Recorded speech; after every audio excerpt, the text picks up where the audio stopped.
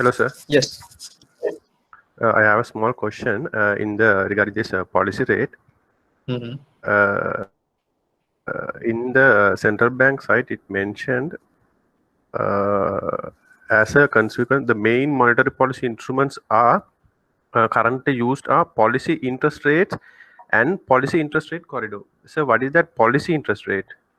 Policy interest rates are the 4.5 and 5.5 stand-in deposit facility and stand-in lending facility.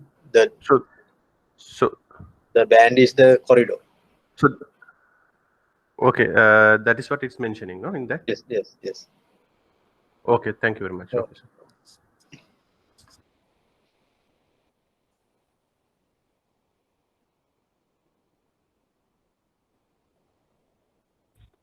Good morning, sir. Good morning. Good morning, Sagar here. I have a small concern. In mid-2020, central bank reduced the SRR by 300 basis points, up 2%. Then, as a result of that, money supply of the economy is increased. Yes. But I have noticed that from mid-2020, inflation rate has decreased. Yes, that can happen. Relationship? That can happen. Few things.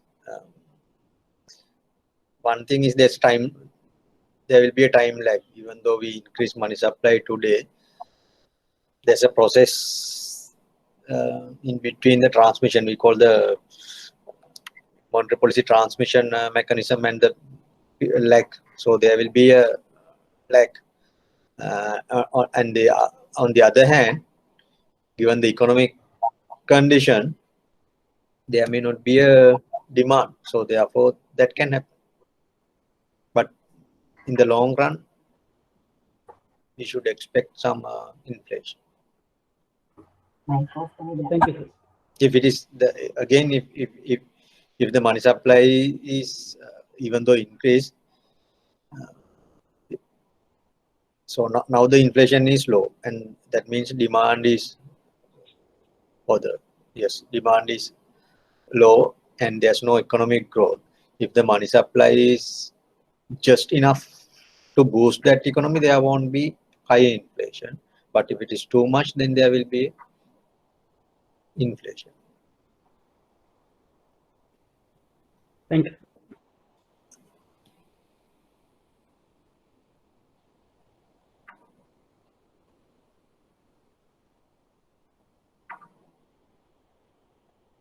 Anything else?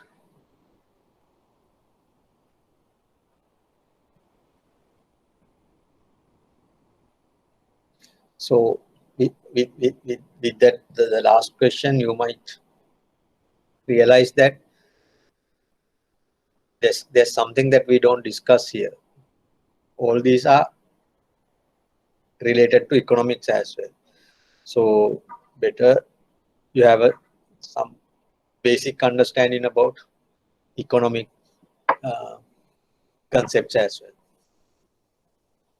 Money supply, inflation, GDP or the GDP growth, exchange rate, how all these things are interrelated. Supply and demand, all these are economic concepts.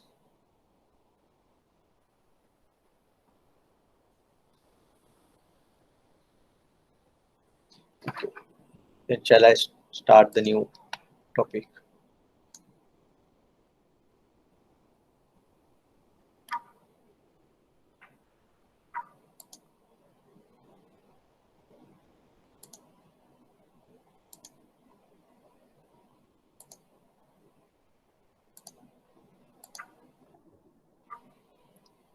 Now you can see the presentation. Yes, sir. Okay, so this is the topic we are going to discuss today: time value of money, interest and time value of money. Then we'll move into discuss how do we decide maturity dates and day count conventions. Then to money market. That's the next three topics that we are going to discuss, depending on time that we take in each and every, we may be able to finish this today itself or start the new one today. Let's see how it would go. So today we are going to discuss about time value of money. You may know something about this, but those who have knowledge on this, please be patient, because there may be participants, those who have no knowledge or lack of knowledge on this. And this is a, say, I would like to say, one of the building blocks of this course, the fundamentals. So you should know these things properly to discuss the incoming topics, derivatives or the fixed income securities, money market products, all those things. When we are discussing about how to price, how do we do valuation on these products, we should know this concept. So the one thing, yes, we can't see the presentation. It's showing as a blank screen. blank screen. Yeah.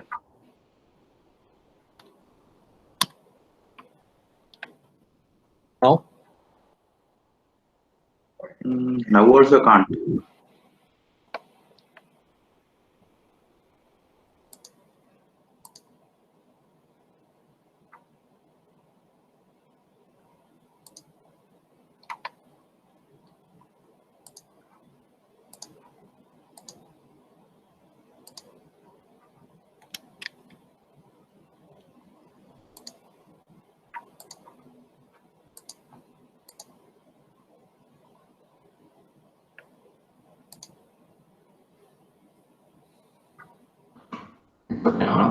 what about now?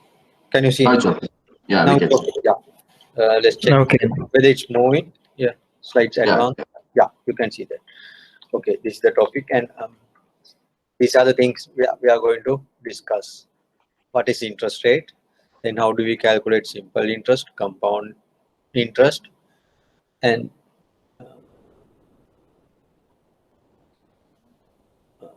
future value of a single cash flow, future value of a series of cash flow, and the present value of a single cash flow and present value of a series of cash flows. Those are the things that we are going to discuss today. So at the end, as I mentioned, you should be able to do these things. So I'm not going to explain those objectives. You know, what is the interest? What is the interest?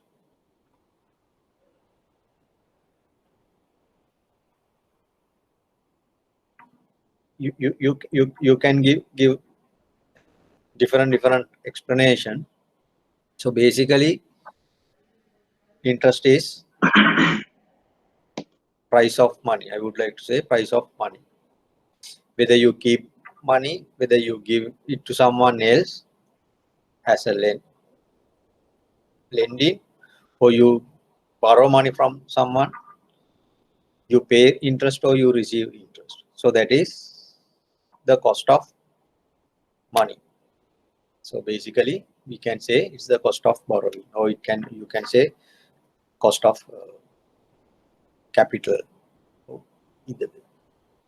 So in different ways you can mention it, but basically that is the cost of money or the price of money. On the other hand, you can see the interest rate as required rate of return, or the discount rate, or opportunity cost. As I mentioned, if you want to make an investment with funds or the money that you have in your hand, you need some return. If you invest money, you need some return. So that is an interest rate.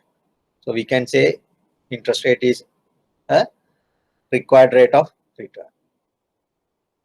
Or on the other hand, we can think about what would be the value of some money that you are going to receive in future.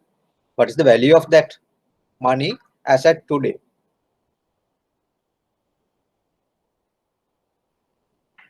What do you call that? When you find it, we call it, we discount it. We discount the future cash flow to date. So how do you discount? We'll learn it in a moment. Again, we use an interest rate. So therefore, we can see interest rate as a discount rate as well. Why we can say it's a opportunity cost?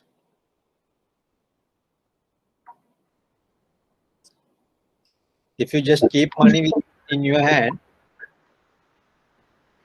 you lose some opportunity to earn extra money. Even you invest or you use money to one purpose without using for another purpose, there will be an opportunity cost. What is the return that you get on the purpose that you use that money?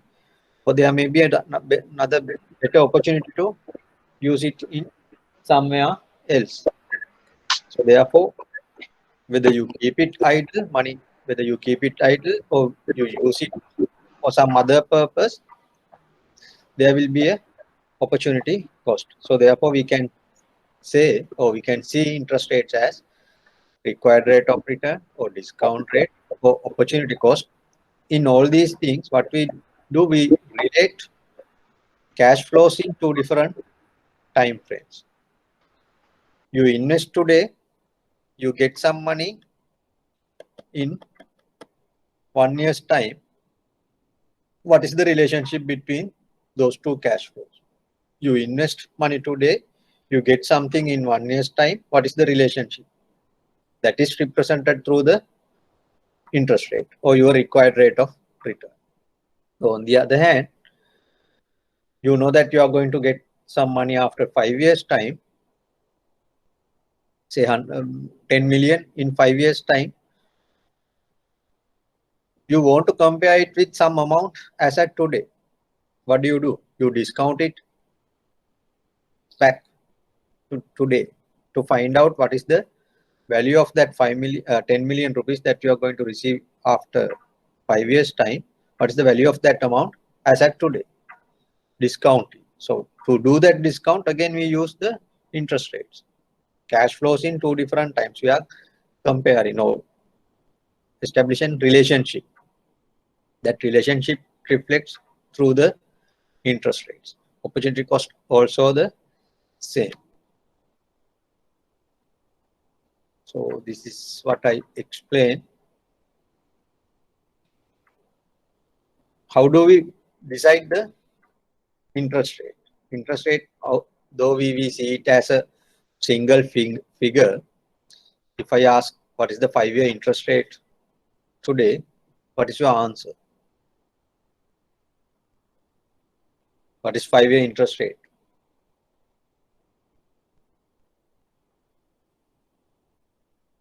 Can someone tell me what is 5-year interest rate in Sri Lanka?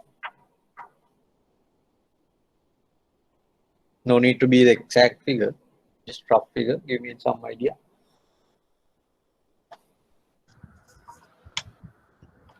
7%. 7%. So does it mean an individual customer can borrow from the bank at 7% for 5-year period? Can't. Can't. So then what is 5-year interest 7%? Must be higher than the deposit rate. No, I mean, what is the rate that he quoted? 7%. Indicative rate. Indicative rate on what? Yes, it's an indicative, but when you say it's indicative, it says 7% indicative. Is that a real risk-free rate? Is it a real risk-free rate? I don't think it's a real risk-free rate. I just quoted a rate. Actually, it has to add at the inflation and the risk amounts for that particular rate. No, or whatever. I asked what is the current market 5-year rate?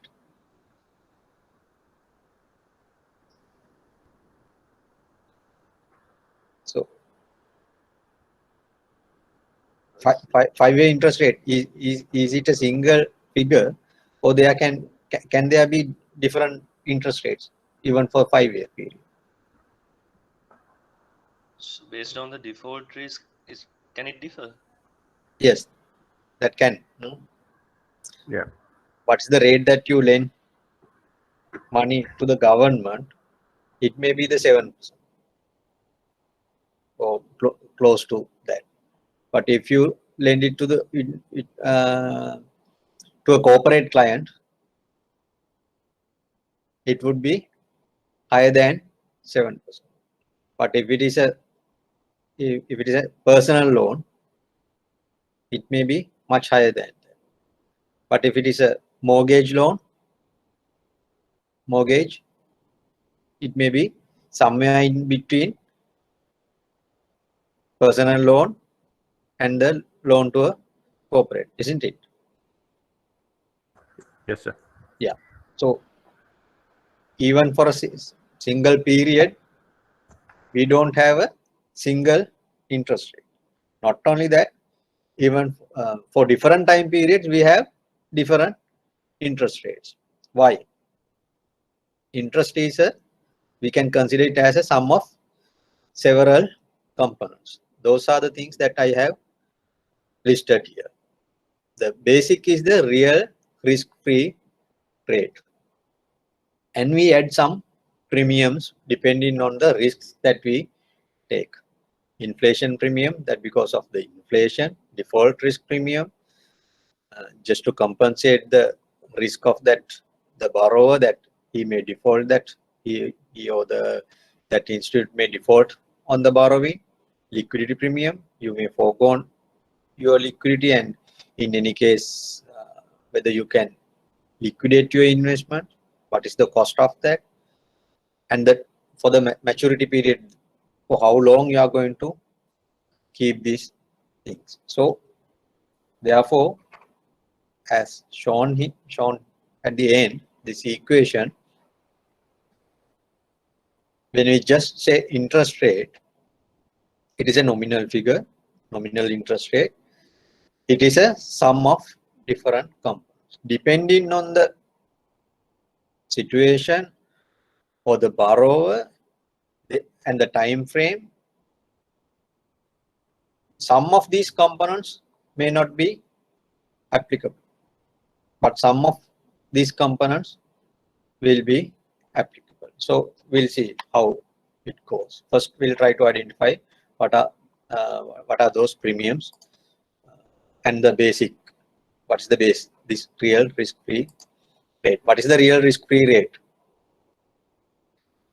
For whatever single period,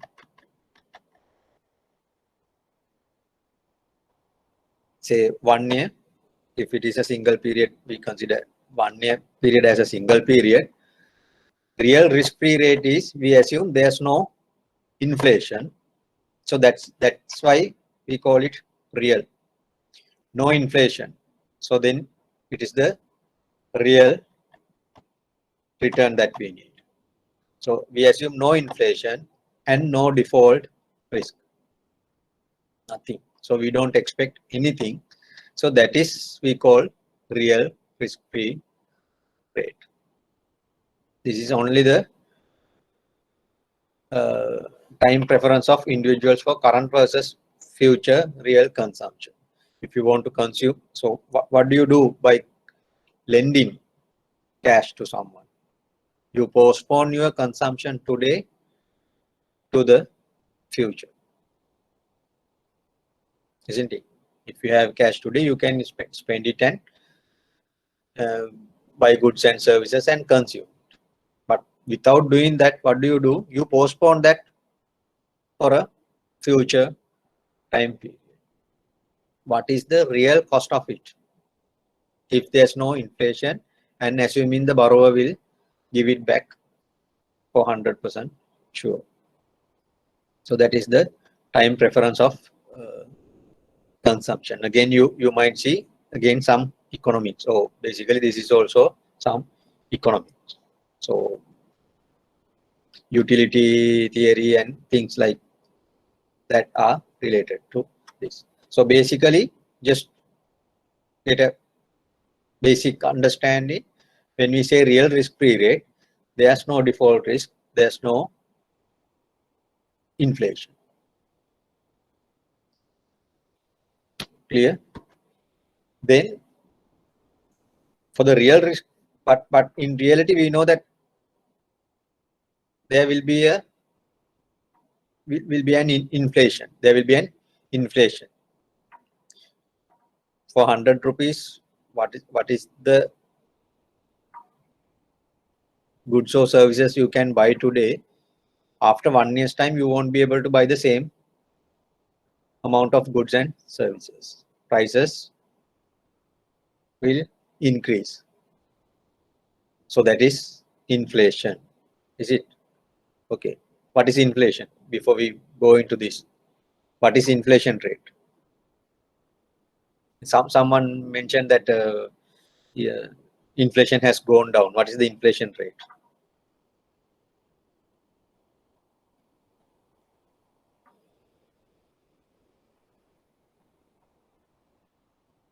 This is another basic concept that you have to understand. What is inflation?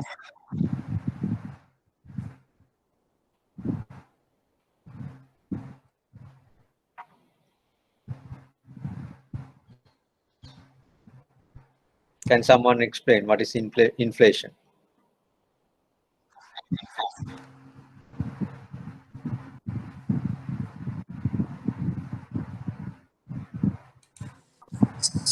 Increase of general price level. Sorry? Increase of general price level. Increase of general price level. Inflation is increase of general price level. Then, so someone mentioned that inflation has gone down. Then what should happen to the price level?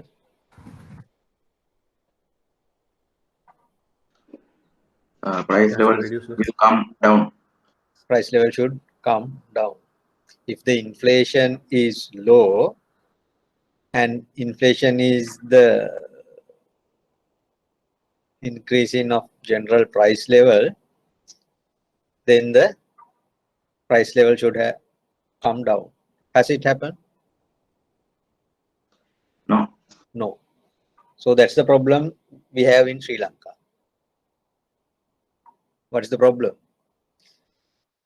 General public, they don't know what does it mean by inflation. Inflation is not the general price level, increasing of general price level. It is the rate of increase. Is it clear? Inflation is the rate of increase. What is the difference between increase in price level and rate of increase of price levels?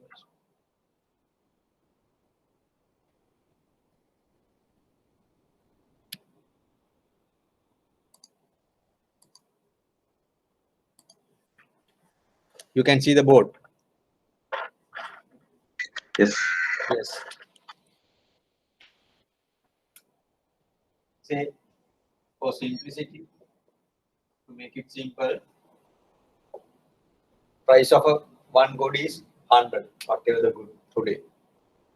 After 1 month, price is 110.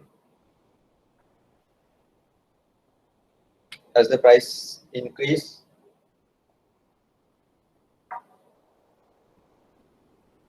yes, price has increased. Correct? Yeah. Yes.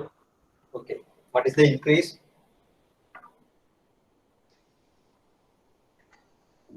Increase is 10 rupees. 10 rupees. What is the inflation? What's the inflation rate? 10%. It is 10%. The increase in price is 10. Divide by 100, it's 10%. So next month it increased 110 to 120. What is the increase?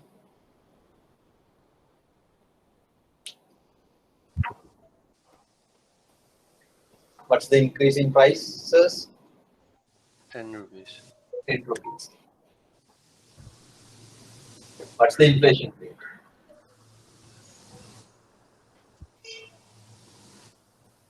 9%. 10 divided by 110. Yes, 9%. Close to 9%, less than 10%.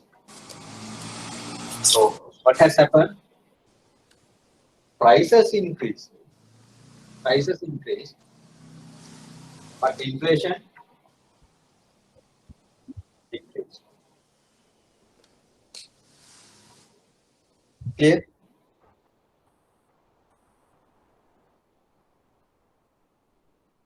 Is it clear? Yes. Yes. What would happen?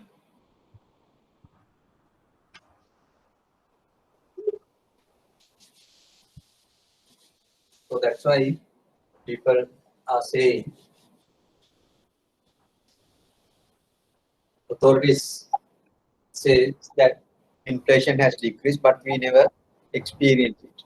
Prices are always going up. True. Prices are going up, but at a lower rate. If it is at a higher rate, then the inflation is high. What would happen if it from 110 to 105? Then it's a decreasing 5 rupees. Then it's a minus figure. Then what is the inflation rate? 4.5. It's minus or something.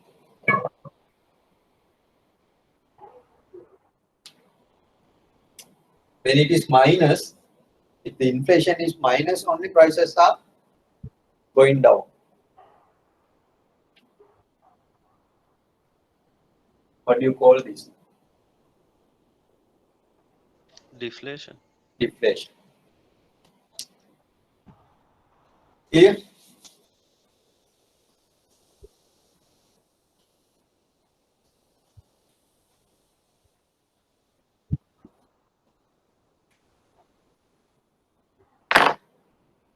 these are the small things that we need to know.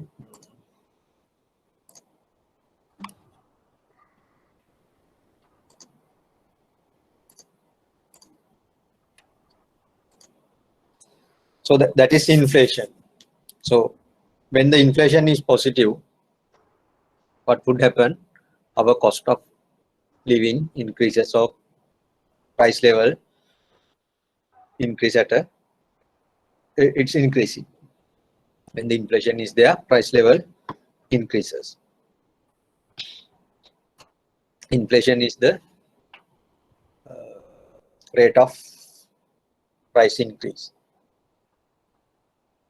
So therefore, what is the amount of goods or services you can buy using a certain amount of cash, 100 rupees or 10,000 rupees or whatever, will be different or lower in the future. That's why we say purchasing power reduces the purchasing power. When there's inflation, it will reduce the purchasing power.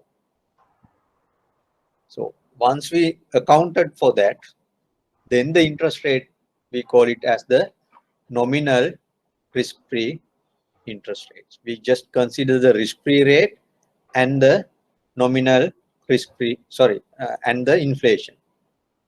Then the interest rate, we call it as nominal interest nominal risk-free interest rate. This is the equation that we can use to calculate the nominal risk-free rate. But in simple terms, we can say nominal risk-free interest rate equals risk-free rate plus inflation rate. But in exact terms, this should be the equation. Is it clear? Sorry, you can see the presentation. Yes. Yes. Okay, you can see this equation. So this is the exact equation, but approximately you can say nominal risk-free interest rate equals risk-free rate plus inflation rate. That's why even in this equation, it is shown as a just an addition. Real risk-free rate plus inflation premium. So when we add them together, these two together, it is the nominal risk-free rate. Still, we don't think there's any default. Any question?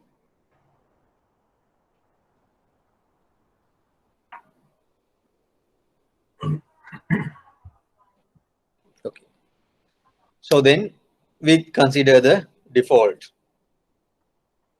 Borrowers may not be able to pay it back, the contractual amount. There is a risk. So therefore, to compensate that risk, we add another premium to the nominal interest rate. Nominal risk-free interest rate, we add the default premium. So that is to compensate the loss may arise due to defaults. Then liquidity premium, as we discussed earlier. Here the liquidity means the ability for you to reinvest your investment and get your money back. There are some instruments you can easily sell in the market and generate your cash at the fair value. But if you take a loan, personal loan or something like that, you cannot sell that loan to someone else, or you cannot ask the borrower to pay it early. So it's a very illiquid product. So for that also you add a premium. Then the maturity. When the time frame or the time to maturity increases, the risk of that is high.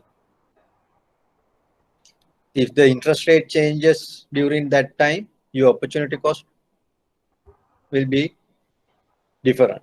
So considering all those things, we add another premium called maturity premium. That's why even for the government, we can consider government as default free party, risk-free party, but still inflation is there. So therefore, whatever the rate that we lend to the government is it's not a real risk-free rate. It is a nominal risk-free rate. We go back to this. I mentioned earlier, some of these things we may not add depending on the situation. When we consider government, we don't add any default risk premium, but we add the inflation premium, liquidity premium, and maturity premium. For the government bonds, the liquid or the treasury bills, liquidity premium may be very small because we can easily sell it in the market and generate your cash. But maturity premium is a significant one in the government rates. Why? Depending on the maturity period, your risk varies. So what is the rate that you buy or invest at 3-month treasury bill, 91-day treasury bill? That's not the rate that you invest in a 182-day treasury bill. And the rate that you ask for a 364-day treasury bill is much higher. isn't it? What's the reason? All are nominal risk-free rates, but you add some premium depending on the maturity. Sir, Yes. small concern. Sir, when it comes to another currency, is there any exchange loss or something like that? Then is there a premium for that as well? Suppose now we are lending or buying $1 million US from central bank, or we are lending to some other bank, then such situation, are we have such premium for exchange rate loss? Or You can consider, but to eliminate that risk, yeah, there are ways. You may add that cost into the premium. Yes, that is also you can consider. all right, okay, thank you.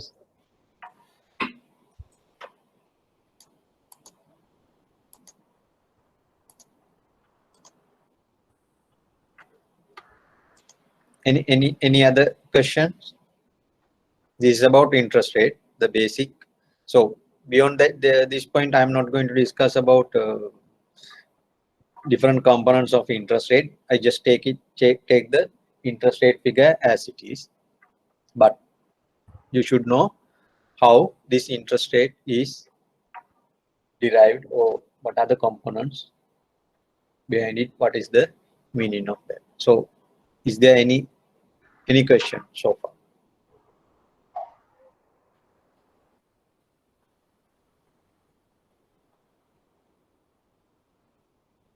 Because what are the factors that may affect to the interest rate?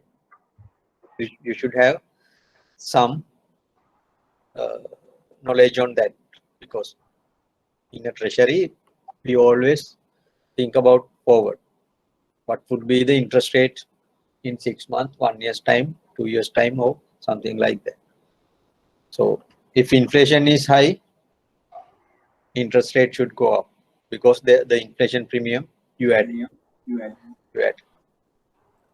If the economic condition is not good in the country, what do you do? What would you do? Excuse me, sir. Yes. What is the difference between maturity premium and time value of the risk-free rate? Time value of the risk-free rate. Yes, sir.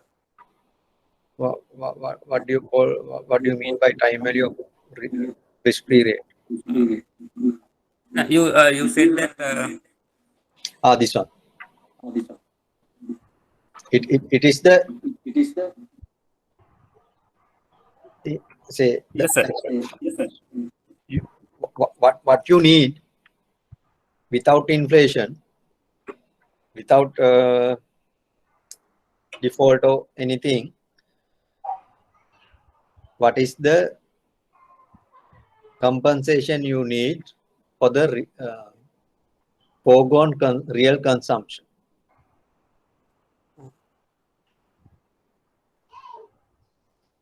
That is reflected in the real risk-free rate. You give up consumption today when you postpone it for a 1 year or a 2 year. That is the reference that you have. This is linked to the utility theory. But in the this maturity premium, because of you postpone it, or you lend it for some time period, you may face some other risk. Market interest rate may change. All those things are factored in this maturity premium. Again, this apart from that, real consumption or the opportunity of foregone of real consumption. In addition to that, you will incur some other risk. Market interest rate may vary, things like that. Is it concern on uncertainty of the? And yes, uncertainty. That's why I mentioned as risk. Thank you, sir. Anything else?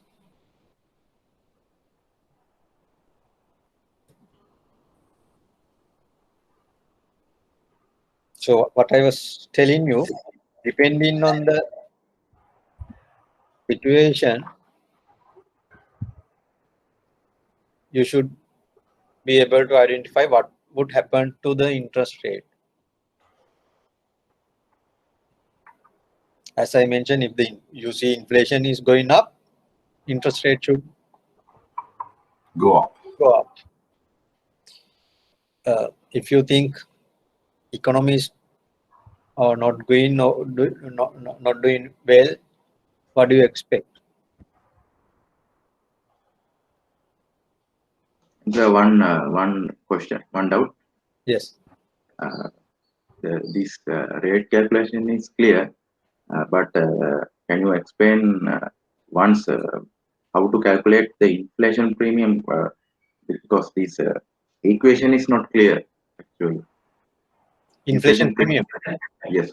No, say if you think inflation is 5% for the year, so on top of that real risk-free rate, you should expect 5% premium, because say you can buy say basket of goods paying 100 rupees today. Okay. And assuming you expect next 1 year inflation is 5%, what would be the price of that basket of goods after 1 year's time? 100 would become 105. So if you invest 100 rupees today, after 1 year's time, you need more than 105. Real risk-free rate plus inflation 5%. No, I am talking about the next page. There is a calculation next to this page. No, this one. Yeah, this one. Yes, that's right. Nominal interest rate is equal to, simple terms, forget about this 1 plus thing. Nominal risk-free interest rate equals to risk-free rate plus inflation rate. But in reality, what would happen? So it is sort of compounding effect. So that's why we multiplied this by 1 plus risk-free, 1 plus inflation rate.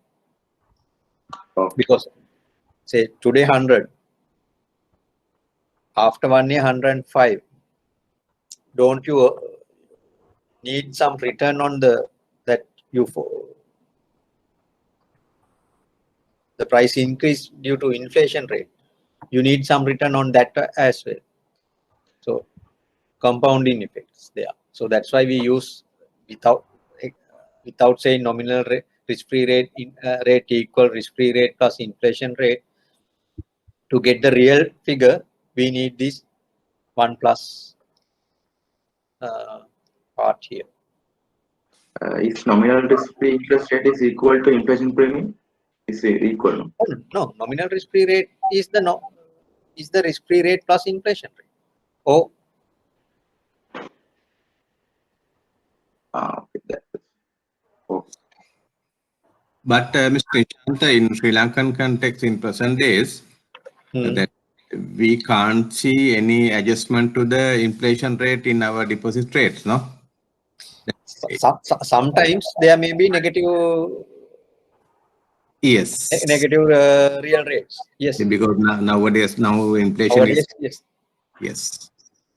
So there were some times even when the interest rates were around 20%, the real rate was, I think, negative. So that's why in reality, ultimately what we should focus on the real rate of return, whether we get something more than inflation.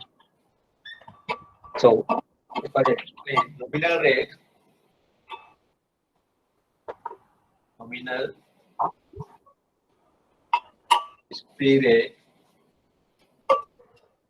simply you can say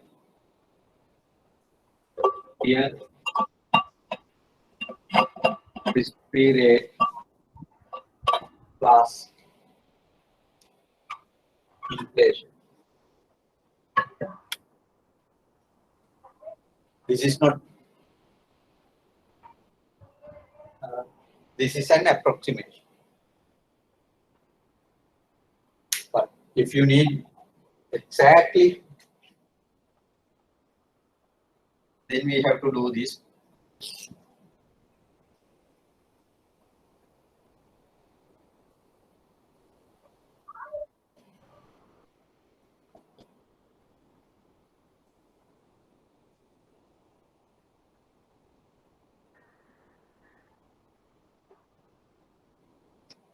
RF is risk-free, real risk-free rate. That because, so 1 unit of inflation, we should get return, risk-free return on that inflation premium as well. So there should be a compounding impact. This is the academic, yes, theoretical equation, but practice we just use this. This is true whenever these rates are very low, but whenever these rates are very high, this deviates by substantial amount. But still, we use practically we don't use that 1+ rate.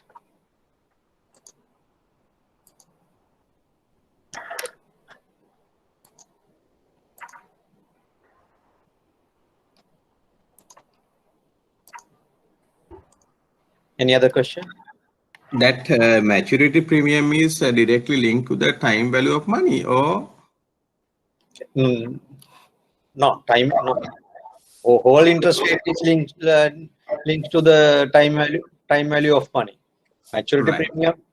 Maturity premium. This is whatever the risk that you face during that other risk because of interest rate fluctuations or economic conditions, things like that. Due to maturity, whatever the uncertainties that you face, you add that to as the maturity premium. So we have heard some countries there are minus interest rate in some countries. What are the factors affect for that scenario? Basically the economic condition. Economy is not doing well, so they want general public to spend and generate inflation and give boost to the economic activities. Okay, what would happen now? What would happen when the interest rate is 10%? People will try to save whatever the money they have, they will try to save. But when the interest rate is 2%, now what would happen? People, they are not trying to save, but they will try to do some other investments, isn't it?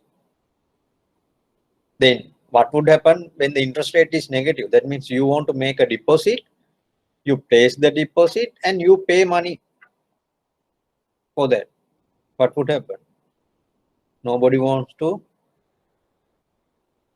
place a deposit but keep money with you, and without keeping it idle, the assumption is people will use those funds for consumption or to make new investments. When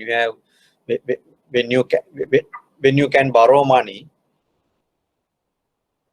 and the lender pays you for the borrowing, you would like to do that, no? Isn't it? You borrow money and do some investments. That means maybe start a new business or some manufacturing firm or some sort of economic activity that will generate the demand. But there's another economic concept called liquidity trap. You might have heard about it. When the interest rate or the money supply increases to a certain level where whatever the money given to the general public, they don't consume it, they just hold it. If we fall into that liquidity trap, there won't be any inflation despite of whatever the amount of money supply. So there are arguments that what has happened to Japan now, because about 2 decades the inflation is very low and no growth there. So that's why they keep interest rate around or close to zero almost about 2 decades. Is it clear? Yes, sir.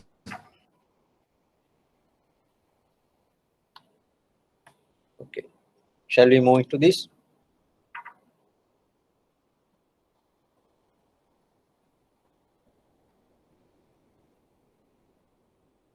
So far what we discuss interest is as a rate. Now we are going to use that to calculate the interest amount. As I mentioned, now I'm not going to discuss about the components in the interest rate. I'm going to take it as a single figure, whatever the interest rate prevail in the market or whatever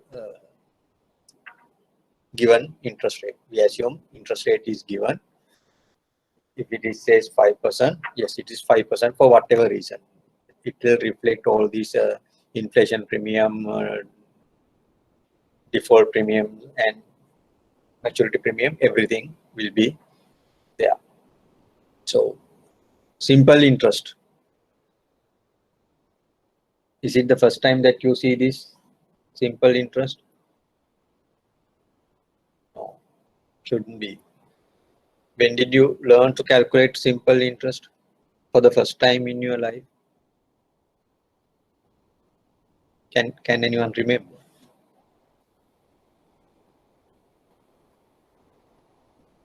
Maybe in grade 6, 7.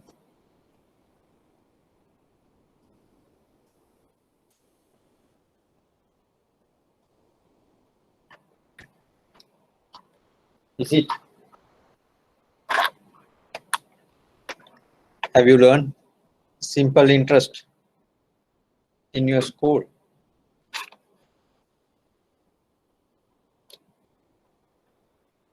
You can't remember. It is there. So it was there. So okay. However, we are going to learn it again. So therefore, I'm not going to spend a lot of time on this.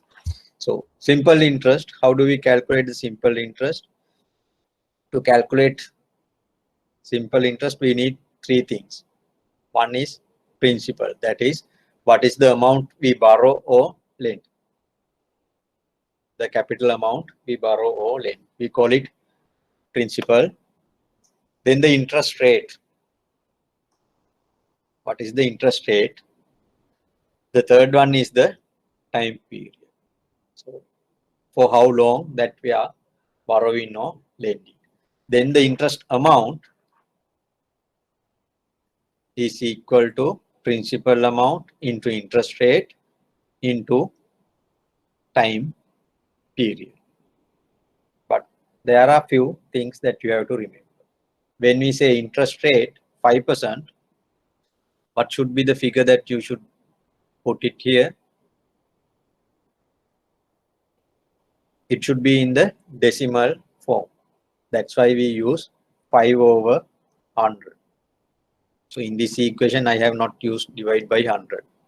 But remember, in that case, interest rate is given as a decimal figure. Then the T, it should be Yes. years. Assuming that interest rate is quoted is a annual figure.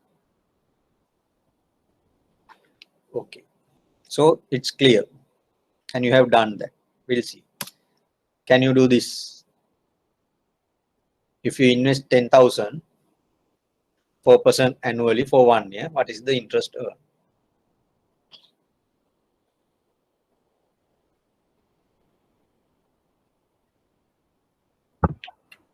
400 rupees. Sorry? 400. 400 rupees. How do you get it?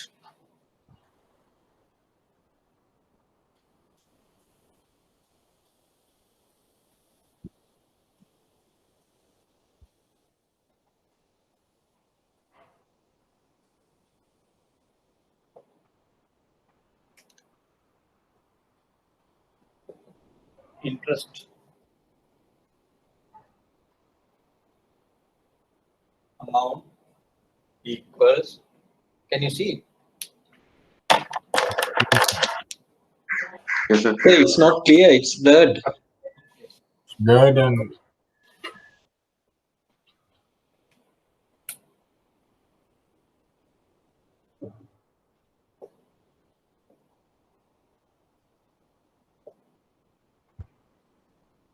Now you should be able to. Black color.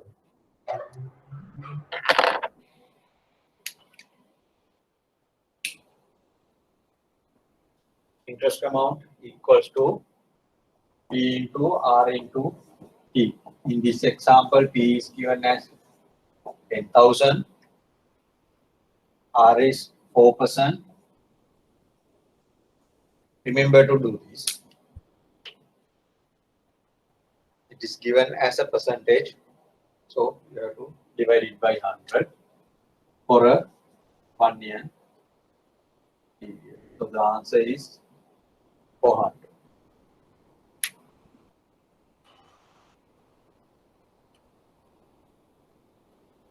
If I change this question, you invest 10,000 rupees at 4% for 6 months.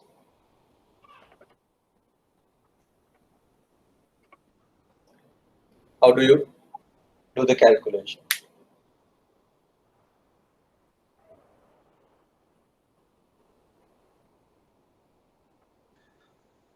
So instead of 200. It should be 200. Because it's Instead of not 1 year. an equal year, it's a Half. half a year, then it will become 200.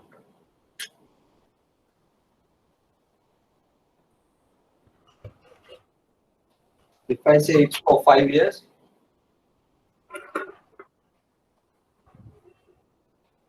10,000 rupees at 4% for 5 years, then 2000.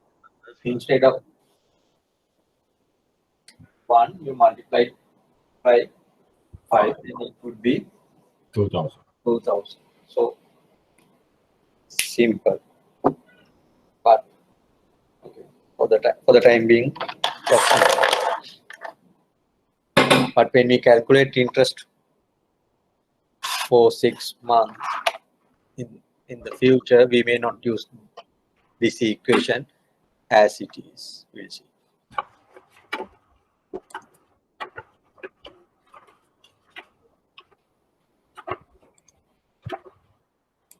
So this is clear.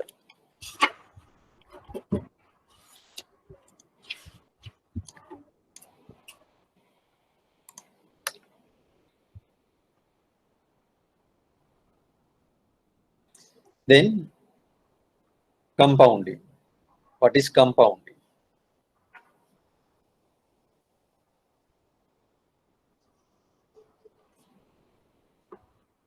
Charging interest on interest? Yes, charging interest on interest, or earn interest on earned interest. Either way, if you are a borrower, you have to pay interest on interest. If you are a lender, you will receive interest on interest. How do you calculate that?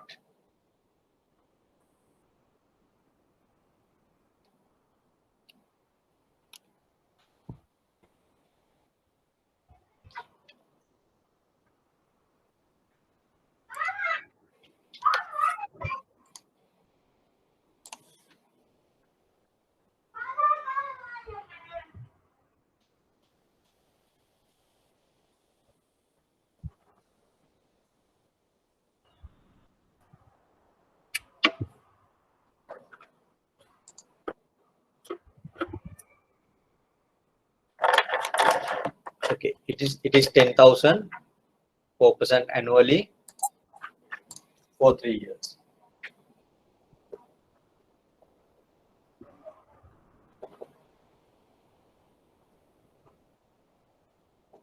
Percent.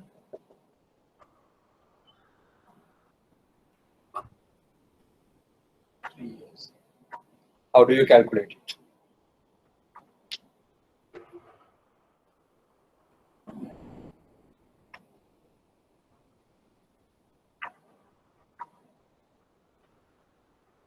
Or do I have to explain what is the concept that compounding?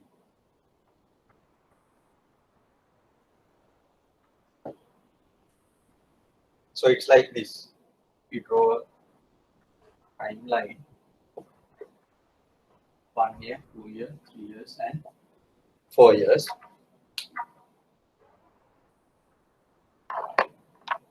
You invest 10,000 here. After 1 year's time, what is the interest amount? At 4%, it is 400. 400. Then what do you think? Or what do you assume in compounding? For the next year, you invest the initial invested amount and this 400. So 10,000 and 400. Then what would be the amount at the end, or interest at the end of 2 years?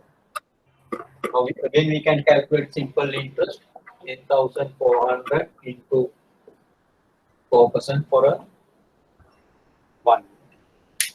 What is the amount you get? 416. 416. 16. So at the end of the second year, your principal amount becomes 10,660. You invest this for another period. I think in the example it's only for 3 years. Yes. So again, this is the principal. You calculate the simple interest like this. Then what is the interest amount you get?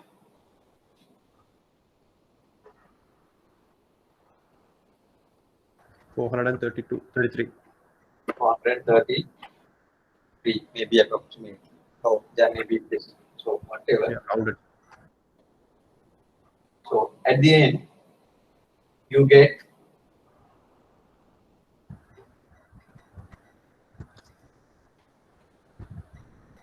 1,249. 11,249 altogether. So you invested 10,000.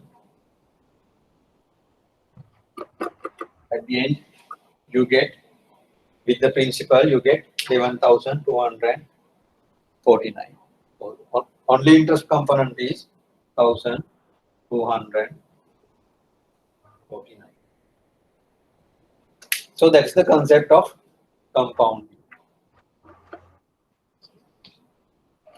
How do you calculate it? Straight away. Do you have to do it like this?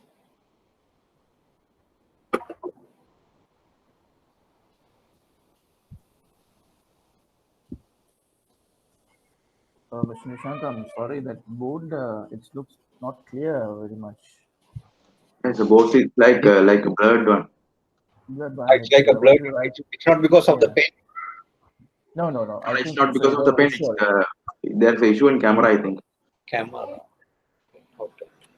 The visual is very blurred. You can rotate the this one's a board. The board. Or else bring the board little front. Okay. I think the camera is not properly focusing, maybe.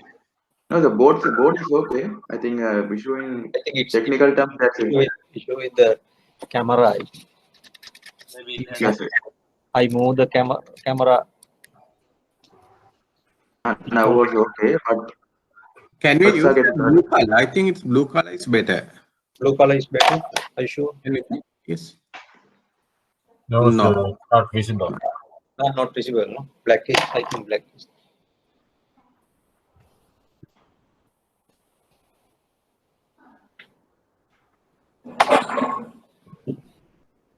Is there any way I can clear it?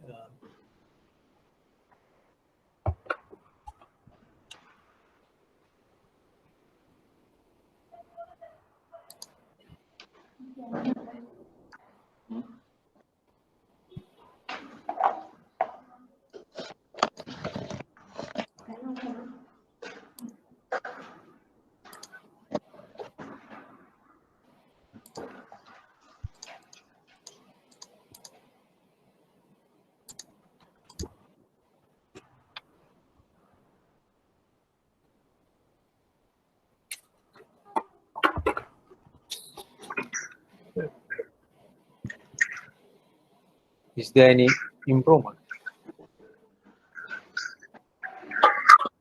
the angle is okay, sir. But The camera need to be focused on the whiteboard, sir. That's the issue. There's an option called focused. Otherwise, it's blurred. That's the issue. Focus from where I can. It's like face detection option of mobile phone cameras. No, I'm trying to find it.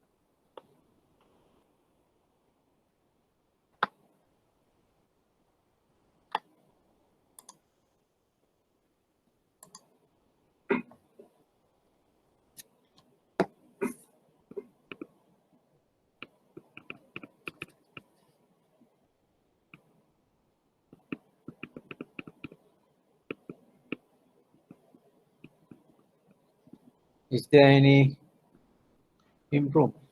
the way the camera is zooming, so it's over zooming, and now it's okay. Now it's okay. Yeah, now it's okay. Yeah, Now is it clear? but not clear. The angle is okay, but the word are Not not clear, clear. not clear at all also. Can't see that. I don't think there'll be much improvement with that. It's Yeah. not. Depends on the camera quality, no. So we'll carry on. I don't think you can do much about it. Even the zooming is not. Yeah, no, it will not work. Not So if you can type it in a word, then you can share it in the screen sharing mode. Then it will be clear. It will be clear. No. Yes. Yeah. Oh no. More.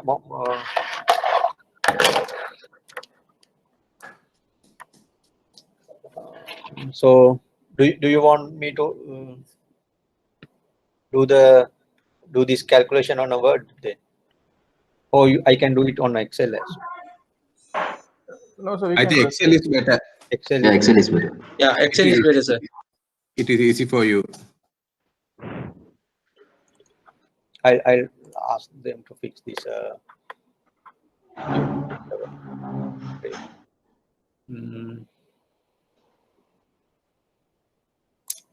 Share Excel file.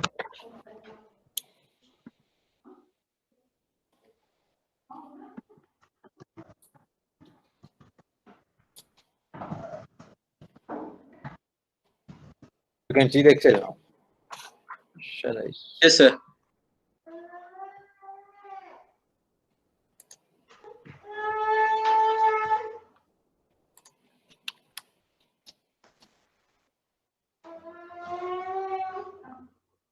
So for the year one, principal is 10,000. Interest rate is 4%. So interest amount at the end of 1 year is just principal into time into interest rate. At the end of 1 year period, interest amount is 400. So what do we assume in compounding? For the next year, we invest with that interest. So therefore, the second year principal amount is 10,400. When we calculate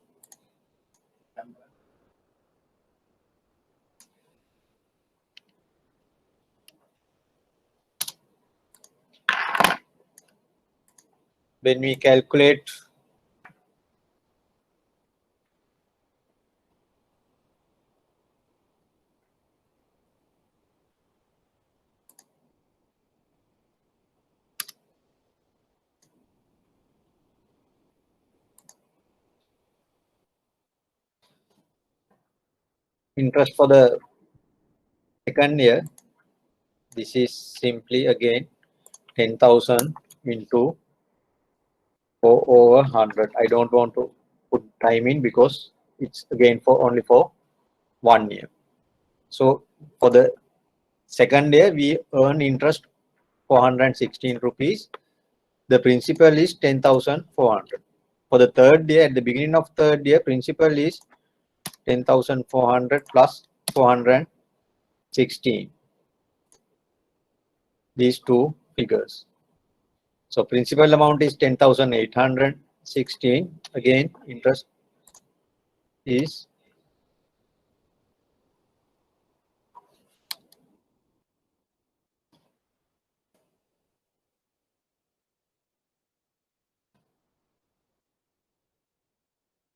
into 132.64. So at the end, total amount is the invested amount plus the interest at 11,249. The total interest is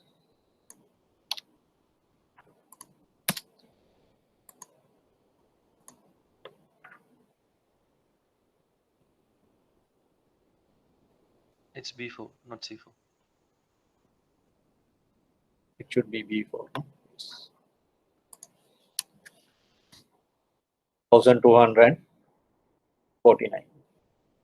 So this is the interest that we earn after 3 years, assuming compounding. If it was simple interest, it is only 10,000 into 4% into 3 years, 1,200. Now in this case, we earn 49 additional 49 rupees because of this compound. So how do we do this straight away without doing this calculation for each and every year. If you have to do this for 10-year period, you have to do a lot of calculation. The simple way is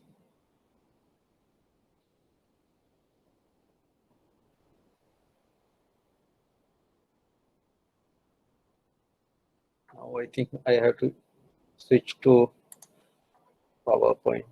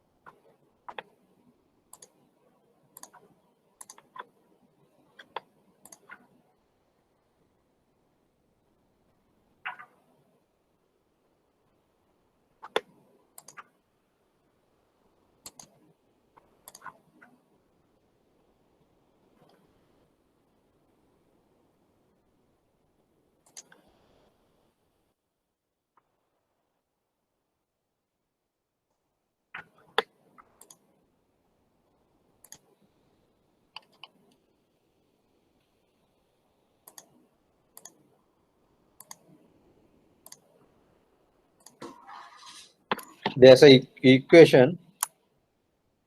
You can calculate interest based on the compounding. So principal into plus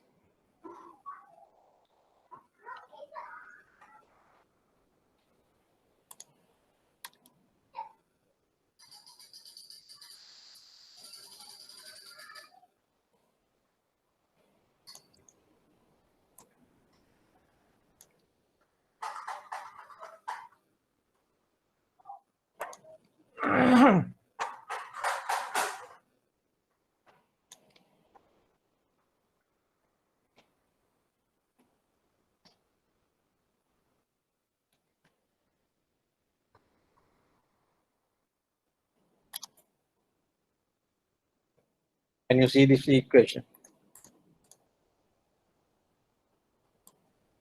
Yes, sir.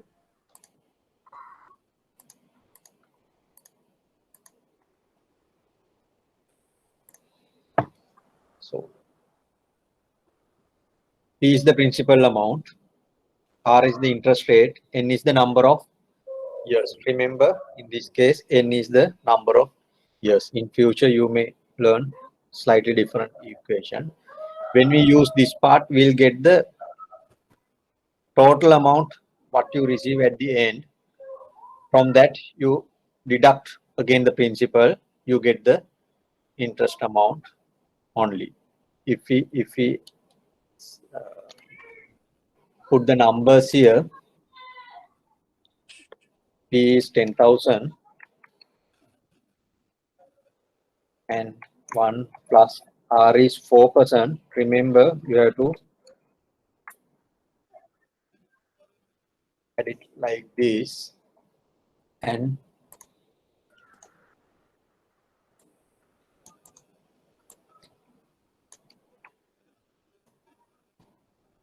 to the power 3 minus 10,000.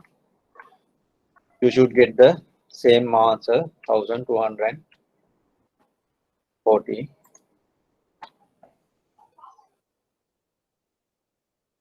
So now you don't have the now maybe during the class you may be able to use Excel, but at the exam you don't have the facility to use Excel. So I mentioned at the beginning also, be familiar with the calculator that you are going to use.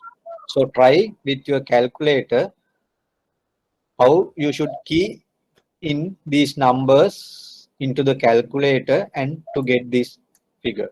Try it now. Then you will learn how to key in this. Don't use any financial calculators. In the financial calculators, what you have to do, just enter the 3 numbers, principal amount, interest rate and tenor. It will give you the figure. Don't use that because you are not allowed to use any financial calculators during the exam. So use any other calculator. Non-programmable one is allowed at the exam. Scientific calculator. Scientific calculator is okay, yes. Correct. But not non-programmable. Correct.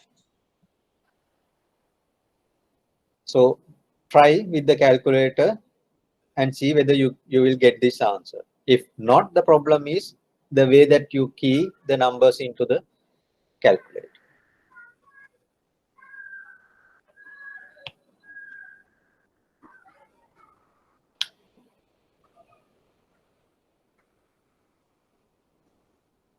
So when you get familiar, you need not to write it like this. You can straight away put it as 0.04 instead of 4 divided by 100. But remember that.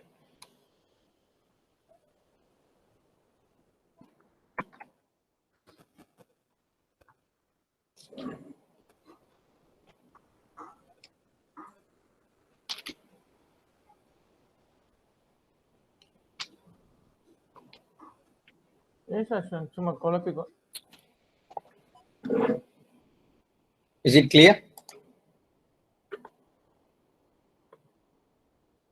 Do you have to spend more time on this?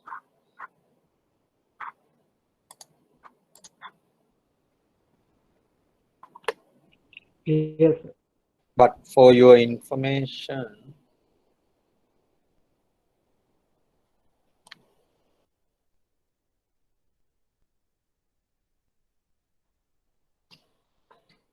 okay. Then shall I move back to the presentation?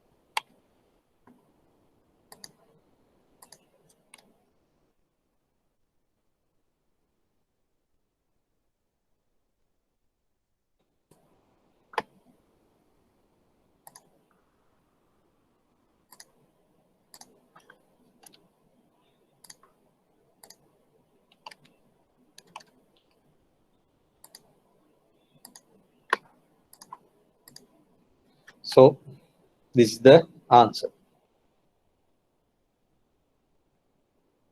It says calculated as follows. You can note down this, I think, but you have the idea how to, what does it mean by compound interest and what is the principle behind this and how do you, then once you substitute, you get the numbers. Any question?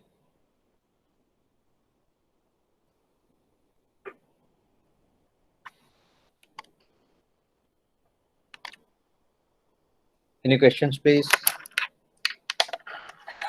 If not, shall I move forward?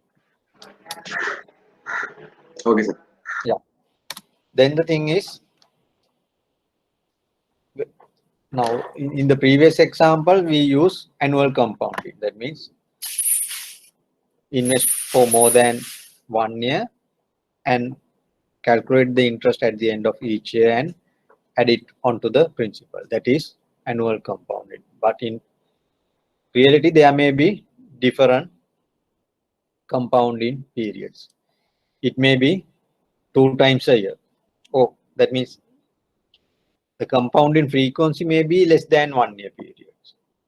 Maybe semi-annually, that means 2 times a year, or maybe 4 times a year, quarterly, or maybe monthly, or any other number. It may be daily, or there's another concept called continuously compounding. I'm not going to touch that part. it is possible. So therefore, the compounding period may vary depending on the situation. So this is an example, the first one, the previous question. If you invest 10,000 at an interest rate of 4% annually, pays every 6 months for 1 year. So same principle, same interest rate, but we compound it every 6 months. What would be the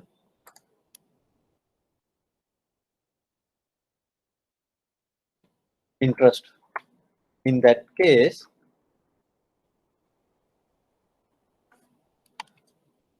what do we do?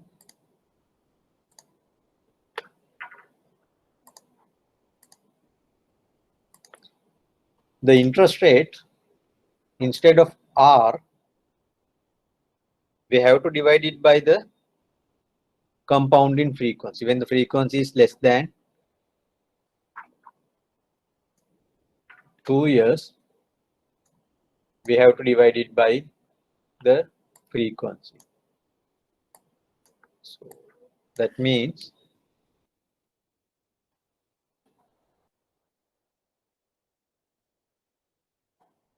I'll put it as F. F is the frequency. And here also, that would be the frequency instead of number of years. So in the numbers, this would become 200. So the figure would be, your answer would be a different one. Is it clear? This F is not down. This F is the compounding frequency.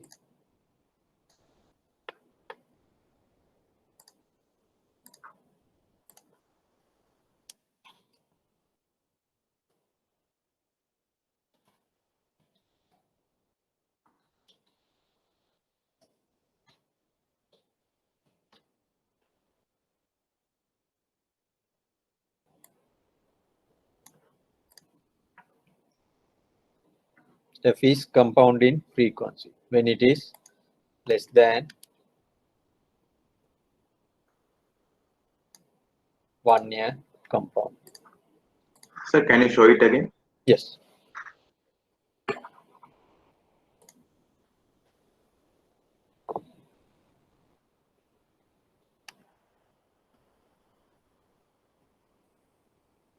Now try with your calculator and let me know what's your answer.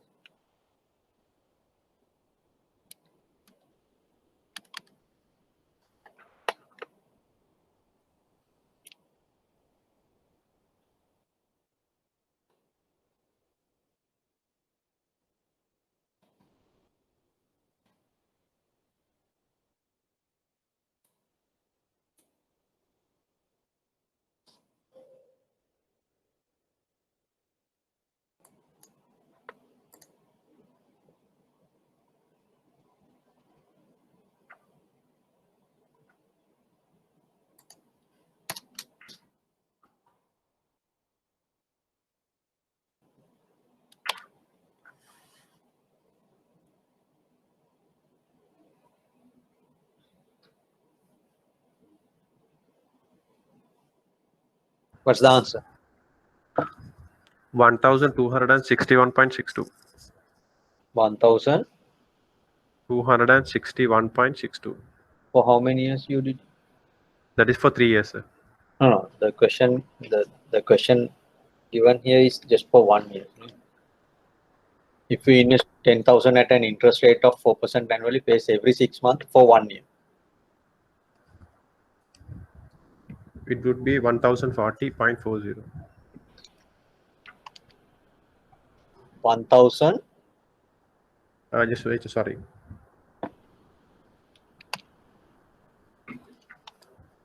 It would be 404. 404 years.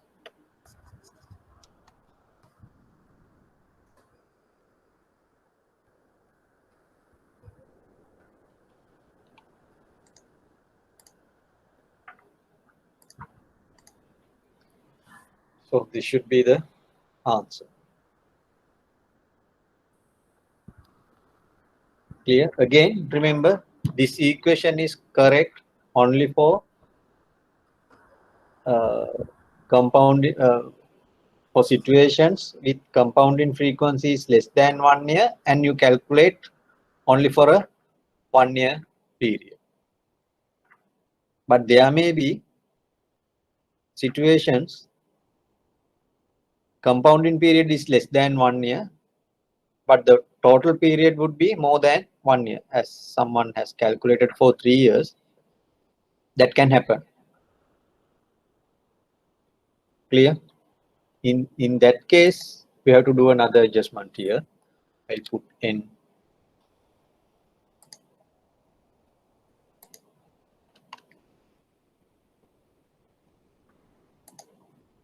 In that situation, we need to do a small adjustment to the equation here.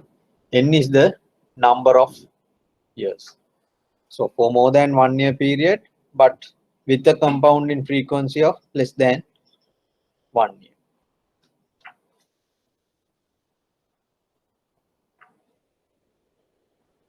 Clear?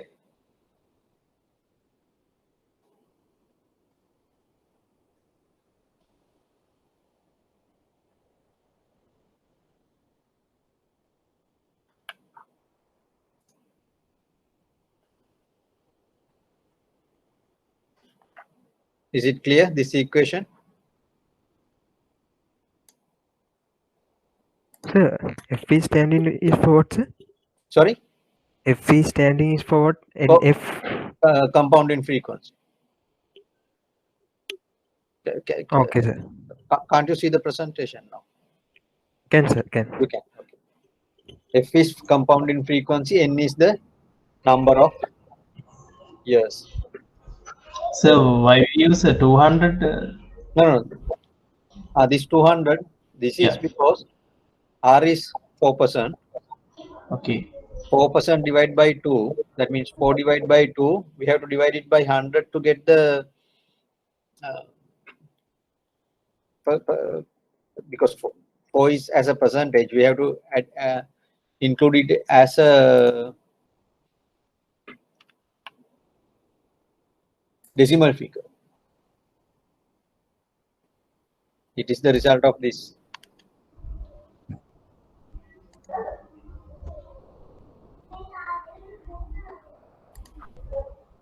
Now see whether now is it clear now?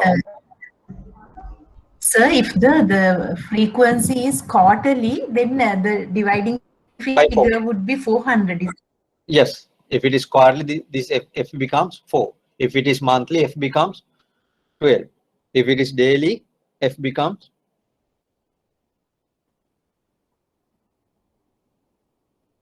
365. For the time being, assume 365. So I'll explain. This 4 is the 4% interest rate. 2 is the compounding frequency. In our first example, it says every 6 months. So there are 2 periods. Every 6 months means 2 periods like that. So the compounding frequency is 2. Remember, it's not 6. Every 6 months, there are only 2 periods.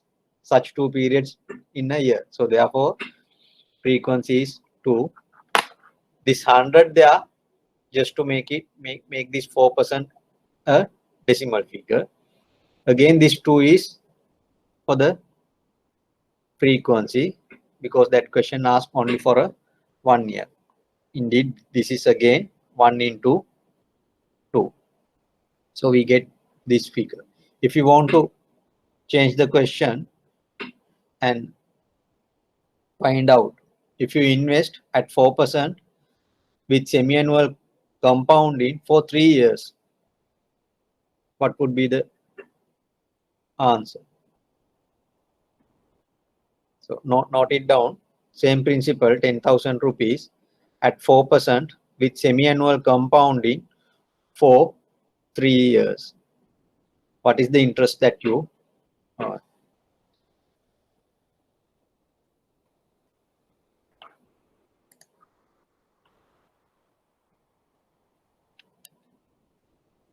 Semi-annual and 3 years, no? Yes, semi-annual 3 years.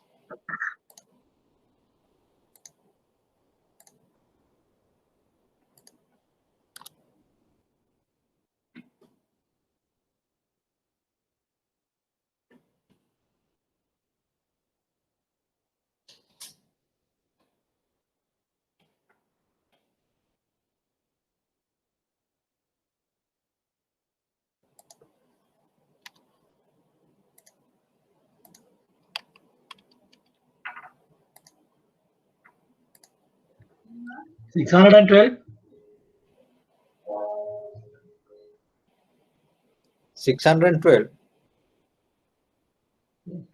Again, so now you should have some idea. If you had the simple interest, what was the interest that you get for 3-year period? We did it earlier. You got about 1,300 here. 1,249. 1,200. So, but when the compounding frequency increases, interest amount should be much more than that. So now you should understand that relationship with these examples. When we calculate the simple interest for a 1 year, you got only 400 rupees as interest.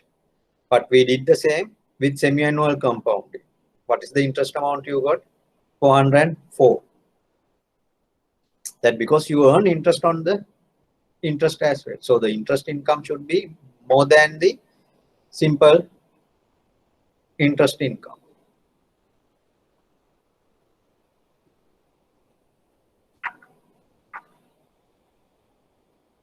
So if it is for 3 years,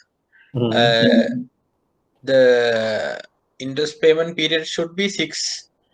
Yes. Below, right? No.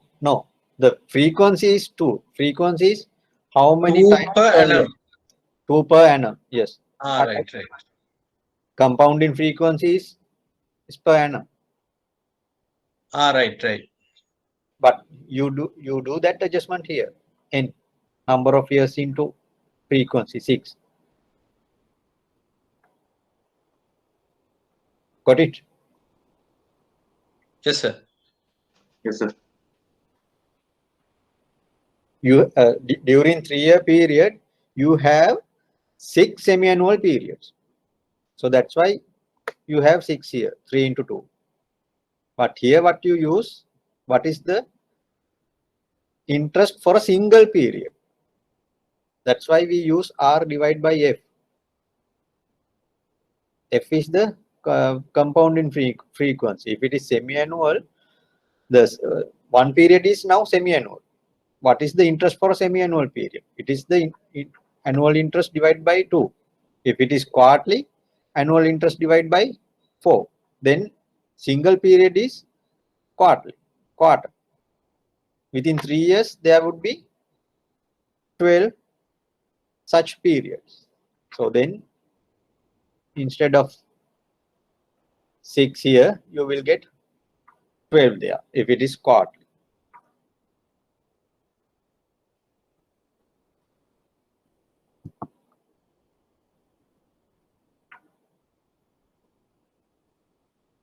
Any question?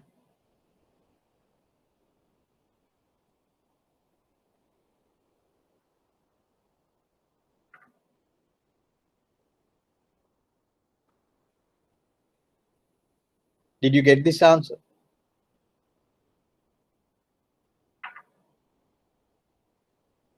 Yes, sir. Don't note down what I have written or whatever my answers. Maybe I have done some mistakes. So you check with your own answer, and if there's any difference, let me know. Maybe I have done a mistake or maybe you have done a mistake. We both can learn, or whoever the party who has done a mistake, we can learn what is the mistake. There are common mistakes. You will forget to divide this by 100 or divide by the same or the correct frequency, or get the power of the correct figure, things like that.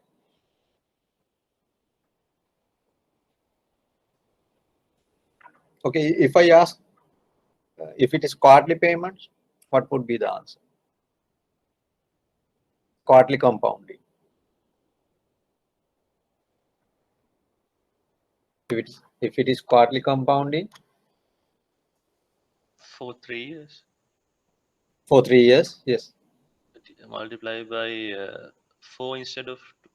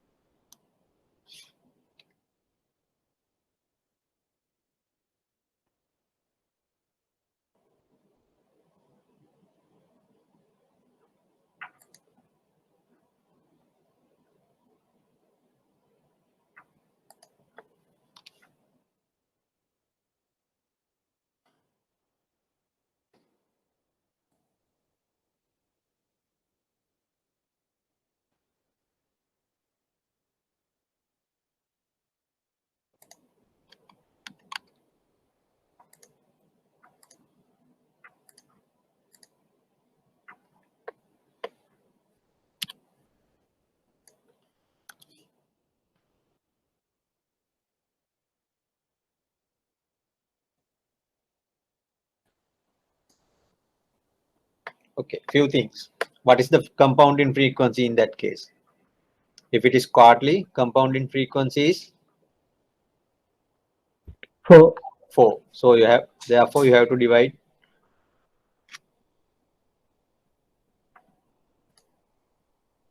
by 4.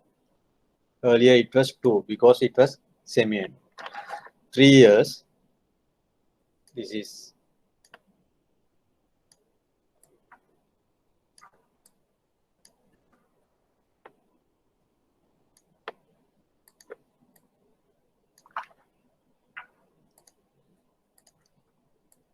in years.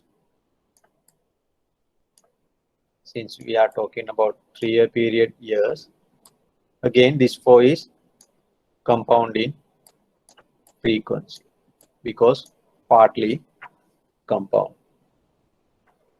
What is this for? Interest rate.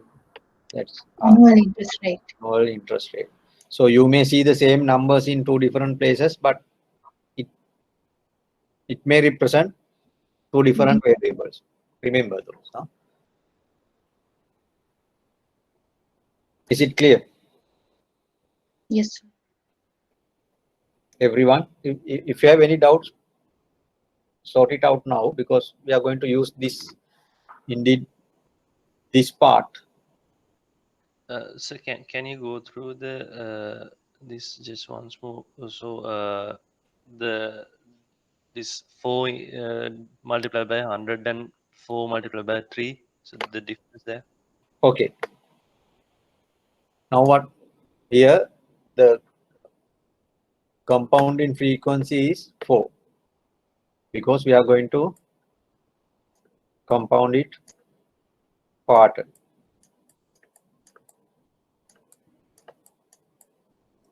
Then F equals 4. Is it clear? When we say we are going to compound quarterly, within how many quarters? Yeah. 4. So therefore compounding frequency becomes 4. So when we take this equation, then this F should becomes 4. And we are discussing about a 3-year period. Altogether 3 years. So there are how many quarters within a 3-year period? 12 quarters. Within a 3-year period, there are 12 quarters. How do you get it? Number of years into number of quarters per year. So 3 into 4. Okay. Why do we divide this by 100? To make this 4% to a decimal figure. And this is annual rate. 4% is an annual rate, but we need the interest rate per quarter. So divide by 4. Okay. Yeah. Clear? Yeah. So Thanks. better without remembering this equation, remember that concept. Then you can put it in the correct way. Always use the interest rate for the period that we consider. When we say period, it's not necessary to be a 1 year period. Interest compounding period. If it is quarterly, then the interest rate should be applicable interest rate for a quarter. So If we yes, do all adjustments because the rate is annual rate, right? annual rate, yes. The quoted rate is it says 4% annual. If the rate is given 1 month rate, that means adjusted for 1 month, then we don't want to do this thing. Sorry, our example is quarterly. If the interest rate is given quarterly rate, no need. But remember, how do we say 1 month interest rate is 5%? What does it mean? That's how we say it. 1% in 1 month interest rate is 5%. Does it mean you get 5% for a month? No, 5% is for the annual, but it is applicable for a 1 month period only. 1 year interest is different, 1 month interest is different, but we quoted it for the as an annualized figure. Very rarely you see the interest rate is quoted for that period adjusted for the Sir, in such a situation, do we have to divide the frequency by 12 then? yes. Monthly. If it says 1 month interest rate is 5%, then you have to divide 5% by 12. That's what you ask, no? Yes, sir. Thank you. Yes, that you have to do. Unless it specifically say this interest rate is for the 1 month, not the annualized figure. But very rarely you see that. Even in your in banks, you quote 3 month deposit rate is 4%, isn't it? That means for a 1 year you get 4%, but sorry, annualized interest rate is 4%, but it is applicable only for a 3 month period.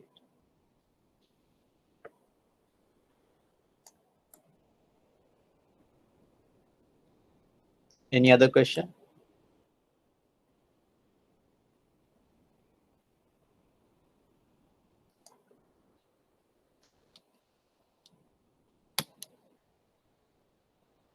So in this scenario,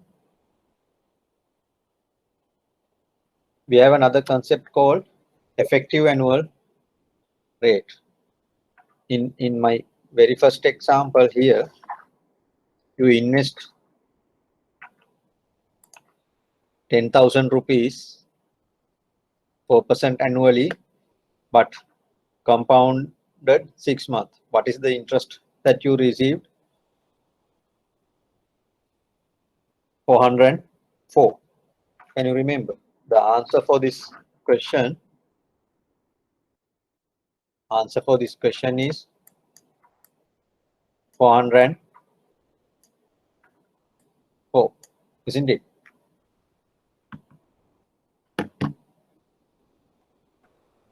Yes, sir. Yes, but the interest rate, it says 4%. If you calculate the simple interest,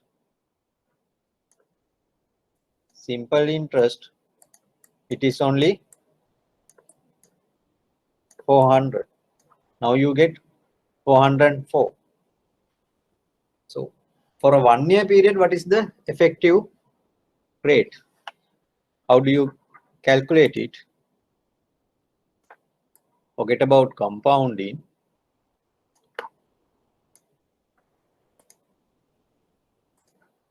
You invest 10,000, you got 404. So the effective rate is 404 divided by 10,000.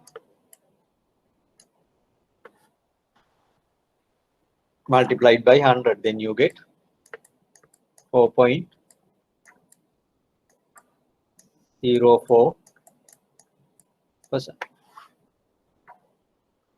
Correct.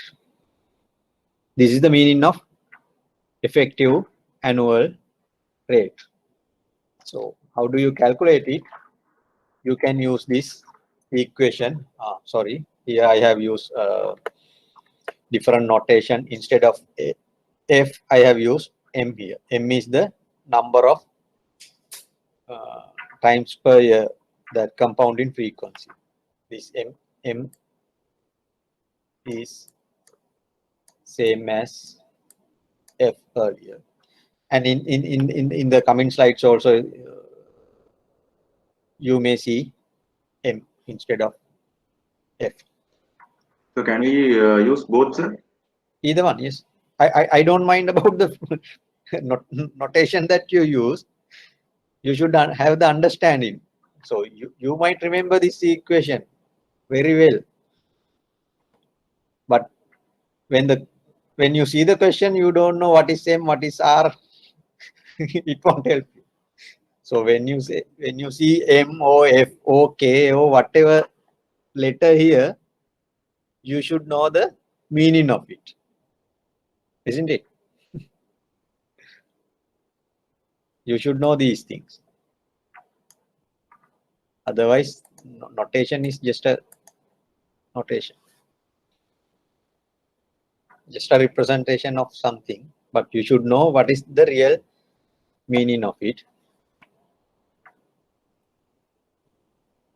So if you put 4% here, M as 2 minus 1, you should get 4.04. Is there any possibility for us to get a few sums of these for us to practice?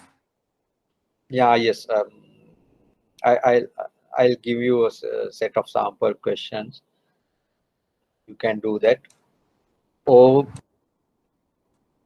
if you have possibility, you can refer any book. In those books also there will be a lot of questions like that. However, I will give you set of sample questions, not only for this, to cover in most of the topics that we are discussing. Okay, so thank you. So is it difficult for you?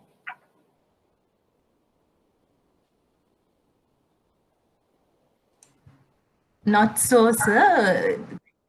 Through practice we can be thorough. No? Yes, that's the thing. Even the very first example here, that's why without giving you the, I could have easily put the answer here. I didn't do that. I could have done it easily, but what I want is you to do this. Whenever I put this, you just note it down. That's it.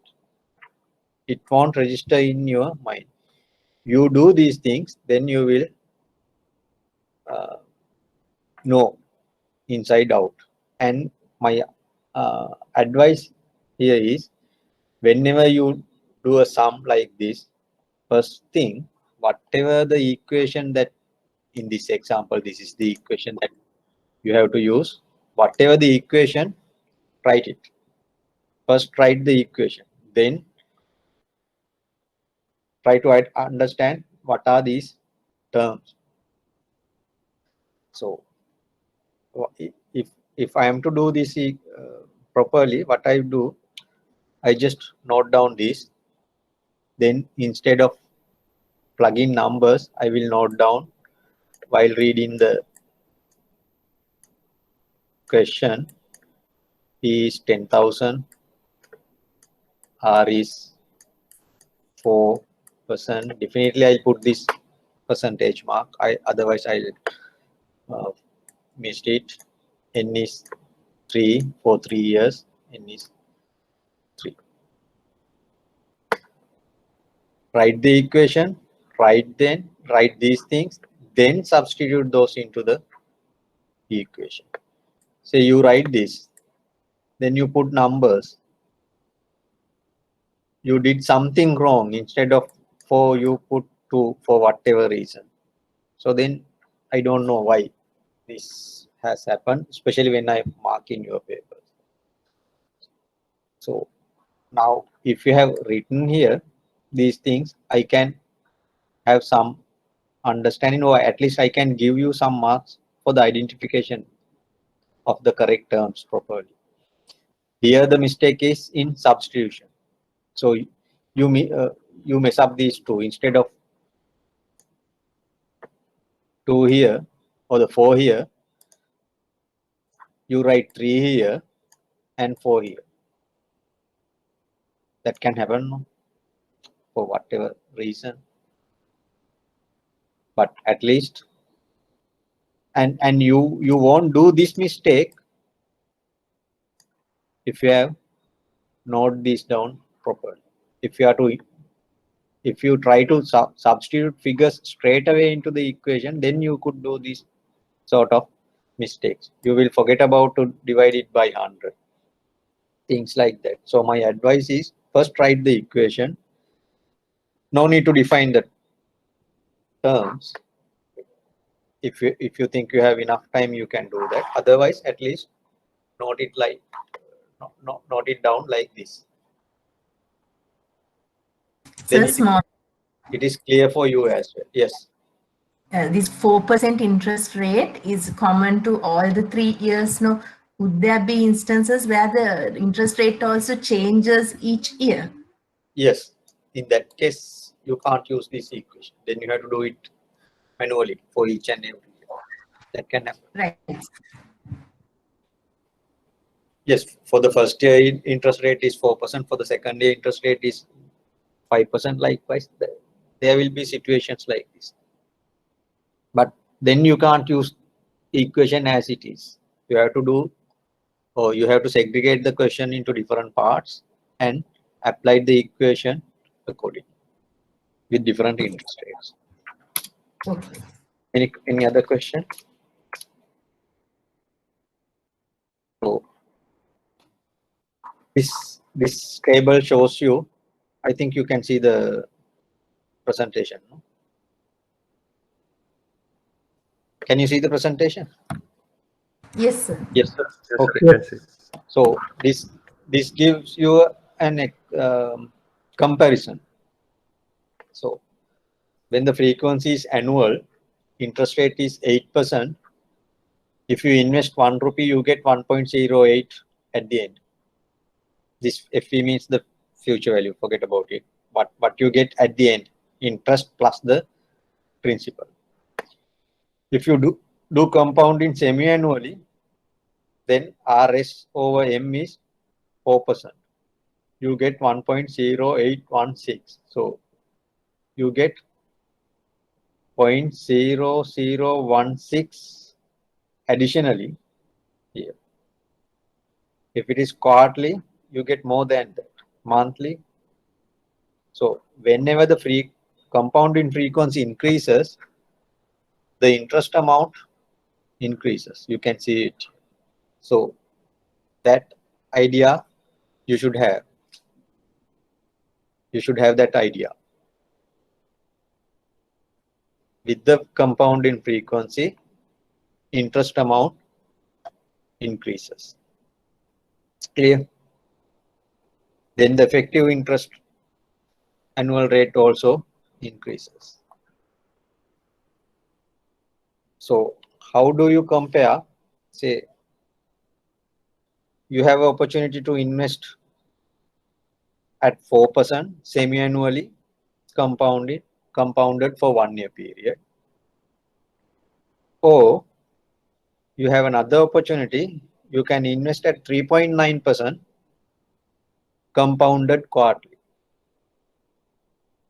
Which one you select?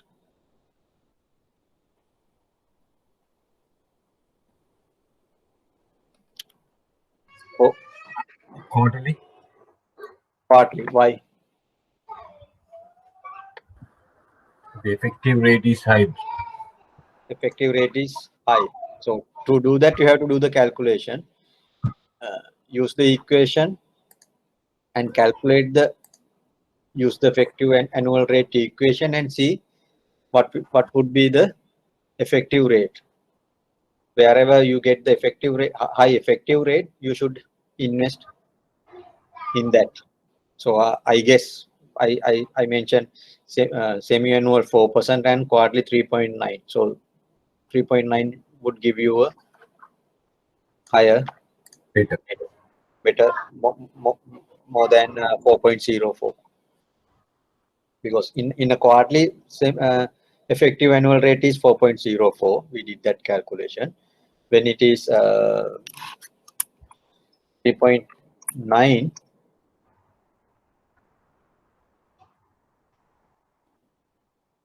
you should get much better.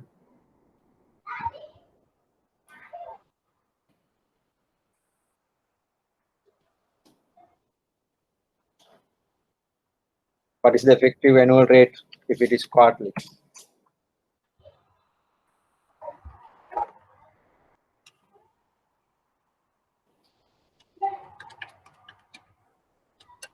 No, it seems you don't get it.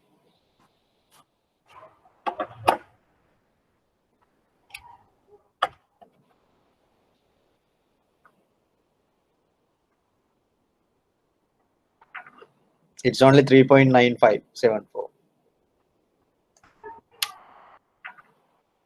So still better to invest in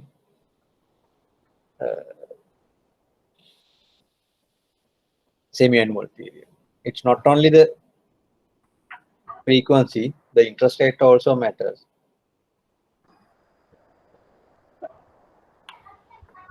Did you do that calculation?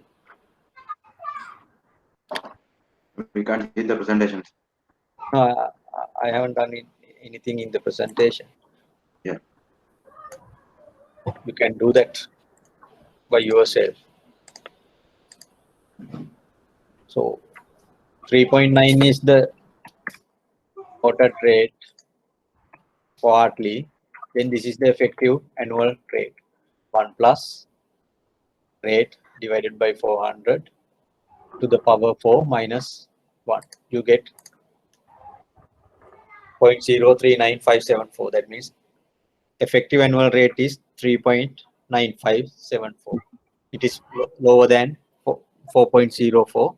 So therefore, better to invest at 4% in a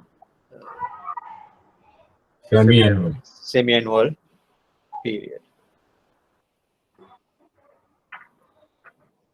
Clear?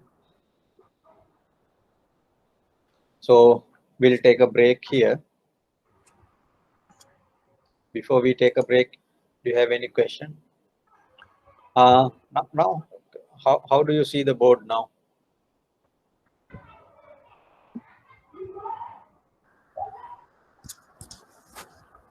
Now also it blurred. It's still blurred, no? Okay. We'll try to do the correction. Okay, any questions before we take a break? After the break, we'll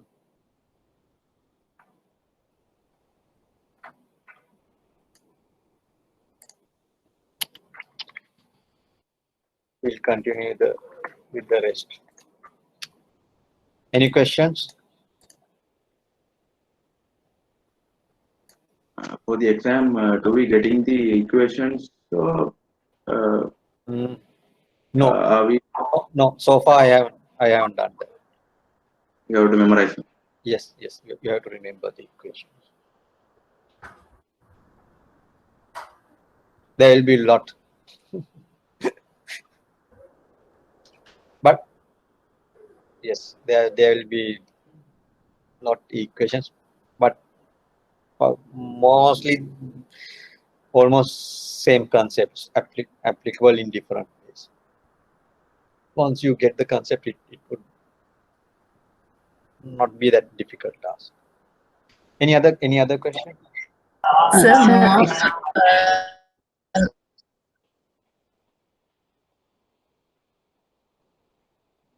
Sorry, I couldn't hear you properly.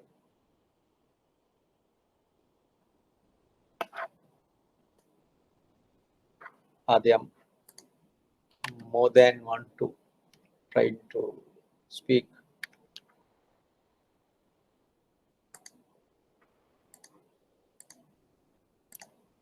Yes, any questions?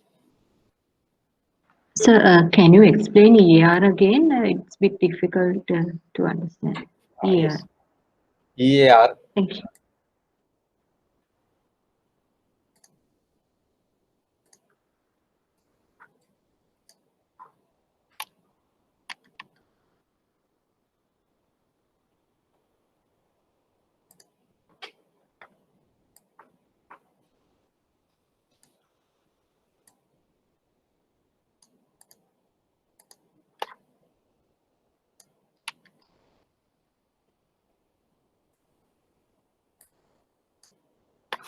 In this first example, this one,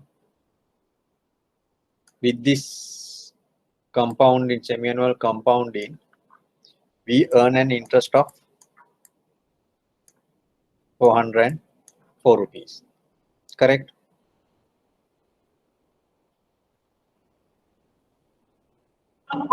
Yes. Yes. So, effectively, you invest 10,000 rupees for a 1 year period and you earn 404 rupees. Then what is your effective interest rate? Though it says 4%, what is your rate of return?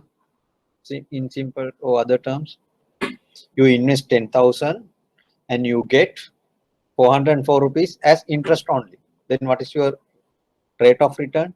It is 404 divided by 10,000 into 100, isn't it? It is equal to 4.04%. Clear? Is that part clear? Yes, sir. It's clear. So yes, clear up to that. In that, your effective annual rate is 4.04. The interest rate quoted is 4% only annually, but they compound interest quarterly. Therefore, if you forget about that, sorry, not quarterly, every 6 months, semi-annually. But you forget about semi-annual story, you invest 10,000, you get 404 rupees at the end. So effectively you earn 4.04% interest. That is the rate we call effective annual rate. Irrespective of whatever the compounding, after you accounted for that effect, what is the interest rate that you earn effectively for a 1 year period. You can calculate that using this equation. For the previous example, if I put figures here, 1 plus, what was R? 4%. It is for semi-annual periods. 100, 2 minus 1. Still you should get 0.0404. That means 4.04 You invest at 4%, semi-annual compounding for a 1 year period. Effectively, you earn 4.04% interest. So what's is standard for? Is stated. Stated. Yes. All right. Because that's the interest rate stated, 4%.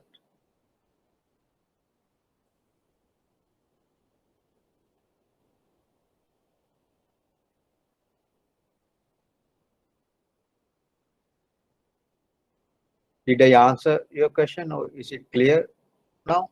It's very clear now, sir. Thank you. You can do the same thing for the quarterly one. We did the calculation for the, yes, sorry, quarterly one. I don't have the figures. For the quarterly one, what you have to do,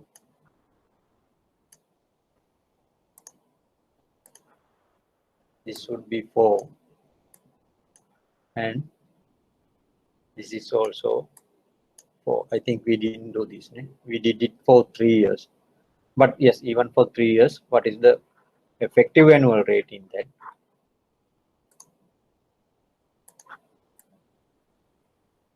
Whatever the answer that you get here. Once you did do this, you will get more than 4.04 in this instance. You should get more than 4.04.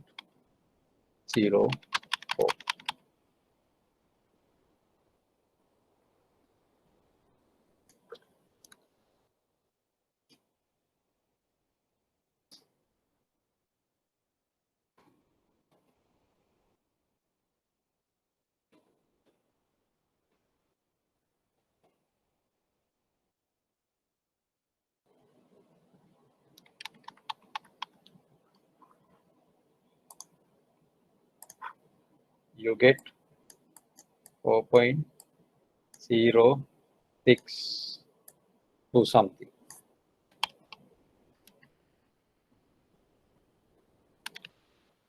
Sorry, 604.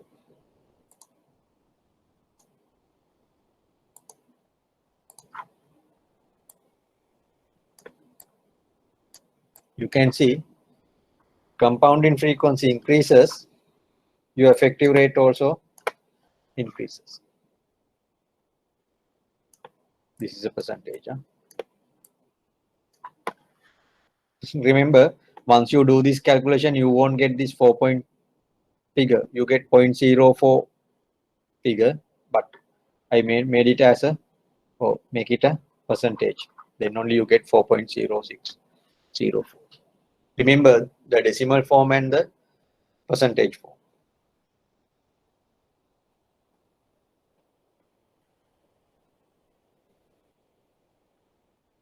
Is it okay now? Yes, it is clear, sir. Thank you. Okay. Any other question?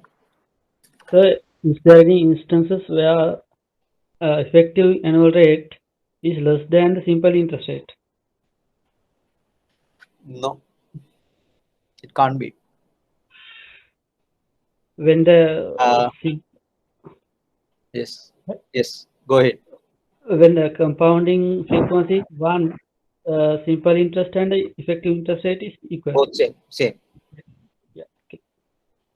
So is this rate calculated for 4 years?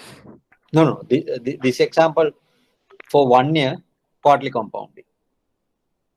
This is the compounding frequency. This is also compounding frequency.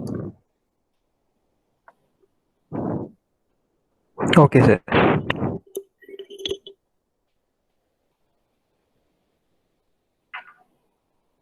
Okay, we'll take a break here. Then we'll go ahead with how do you the same. This one we discuss how to calculate compound interest rate. No. We'll discuss this one.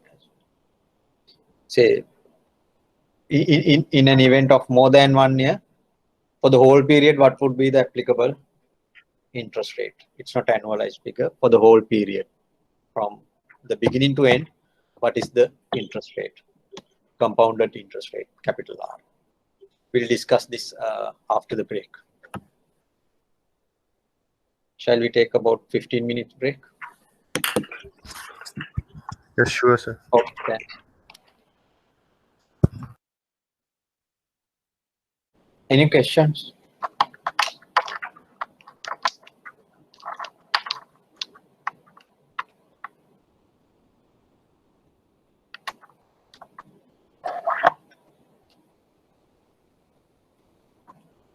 Okay.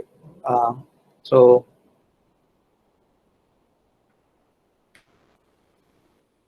compounding interest, that's what.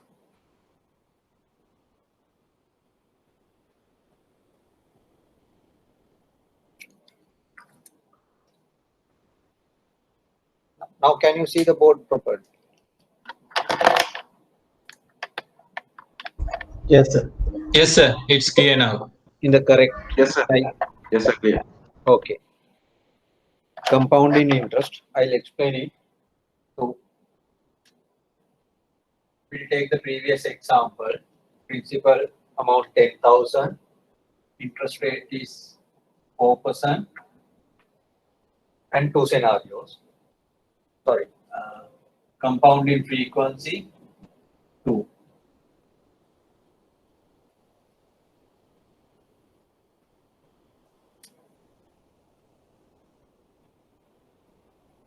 Compounding frequency 2.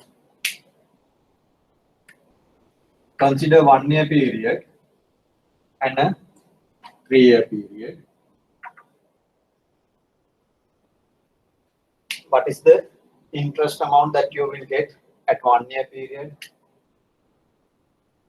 Interest amount equals P into 1 plus R over M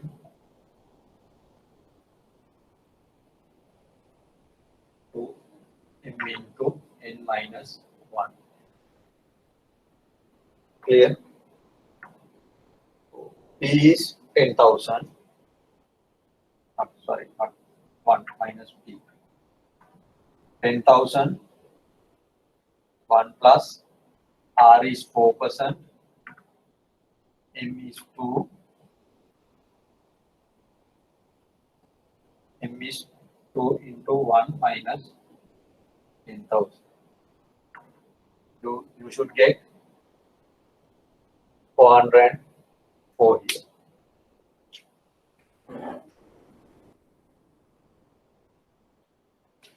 This is what we did earlier. Clear? Then if it is for 3 years, still the same equation. I just substitute the numbers. 10,000, 1 plus R 4%, semi-annual, but for 3 years, minus 10,000. What's the interest amount you get?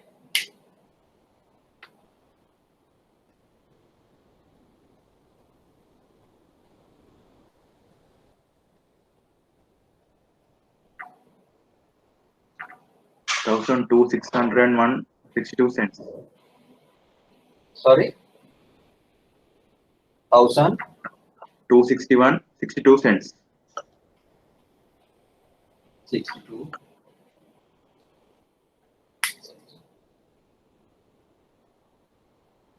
What is the compounding rate is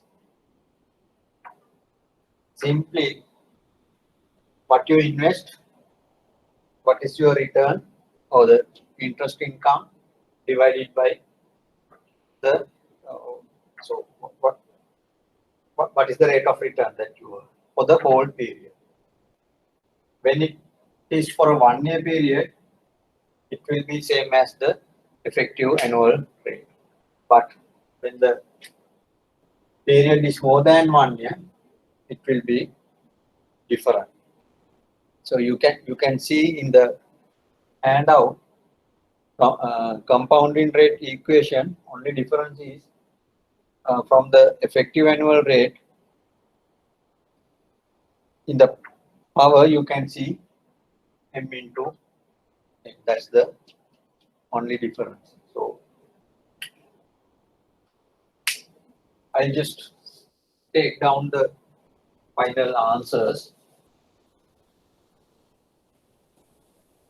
1 year interest is 404.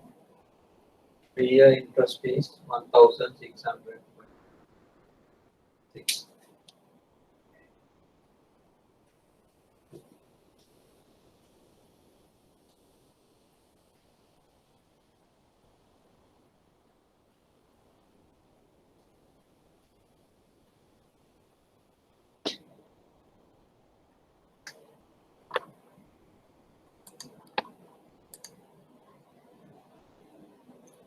Compounding interest rate R is equal to this capital R is compound interest rate 1 plus R over M. You can see here M into N, number of years minus 1. What's the equation for the year? 1 plus R over M, M minus 1. So only difference here is you have N here just to consider periods more than 1 year. If it is 1 year, both would become the same. Here, the difference between two equations are only this factor in. We consider more than 1 year period. Again, we'll use the same equation to calculate the compound interest rate in this situation. Capital R equals 1 plus R is 4%, divide by 2. M is 2, N is 1 minus 1. You should get 4.04%. Correct?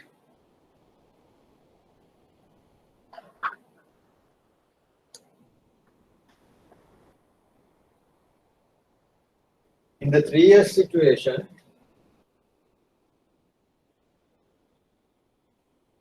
R equals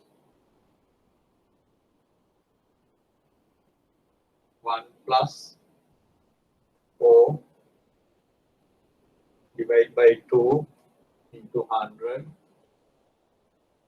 to the power M equals 2, but N equals 3 minus 1.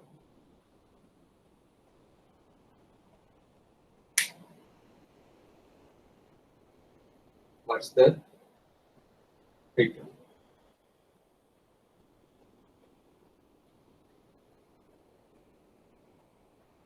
What's the answer you get?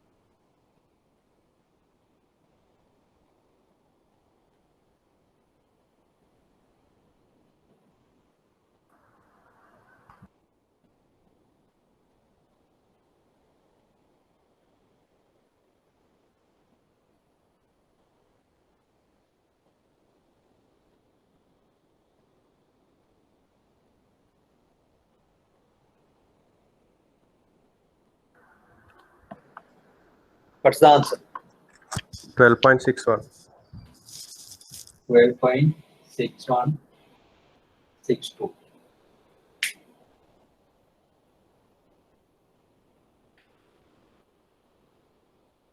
Isn't it?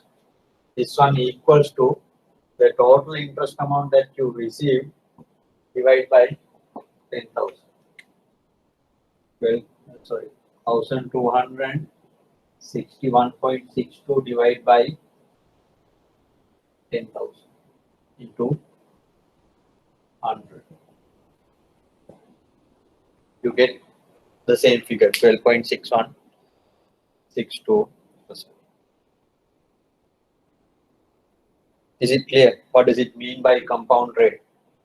Compound interest rate.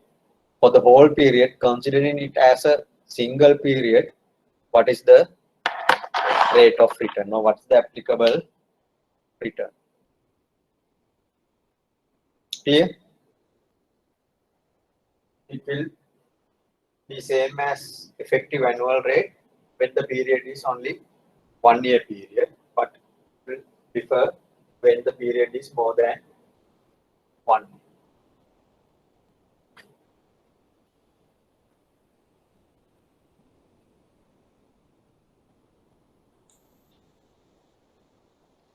Clear? Any questions?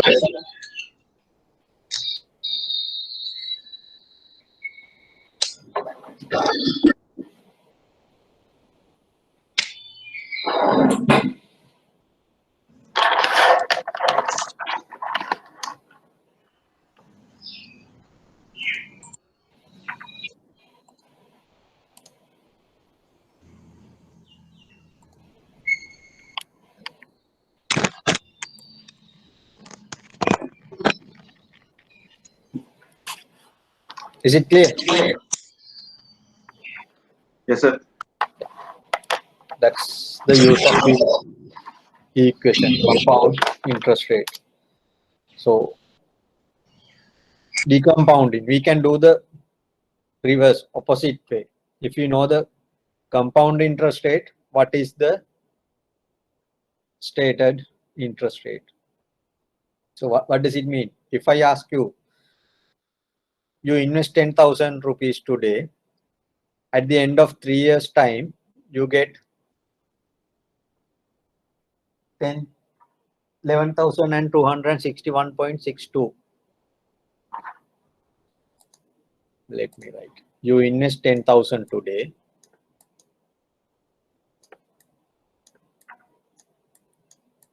And after 3 years, you get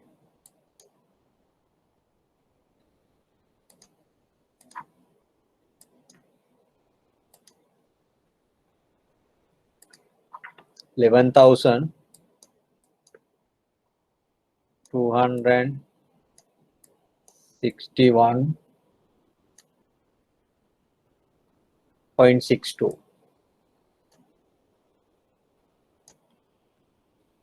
What is your stated interest rate?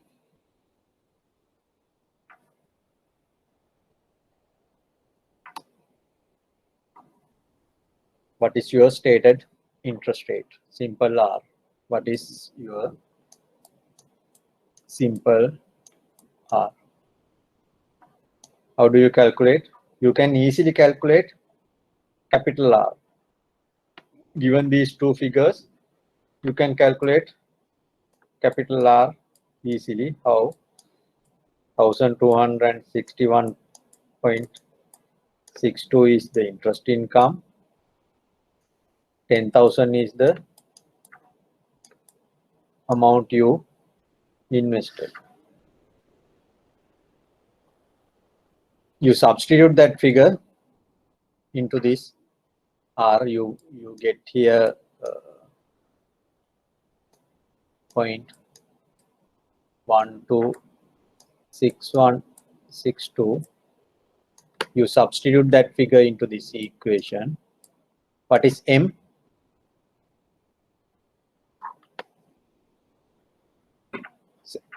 Semi-annual compounding, semi-annual compounding. So therefore M equals to what is N?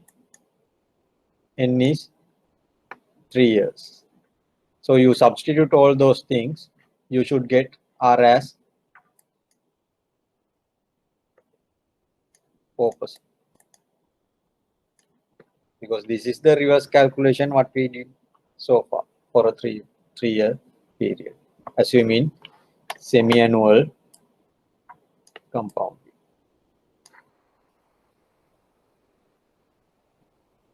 Is it clear? So substitute these figures. M equals to 1 plus, now no need to divide 100 and do everything because we got this figure as a decimal.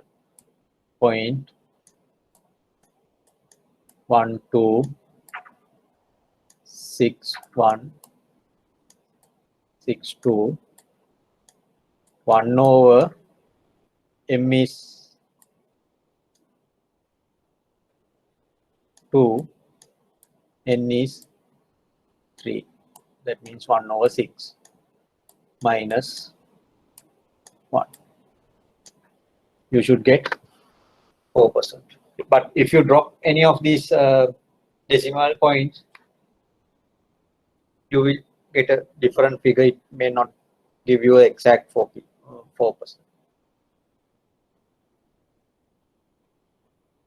Is it clear? Going back, you know what is the rate of return for the whole period, and you know the compounding frequency. Then go back and calculate what is the stated interest rate.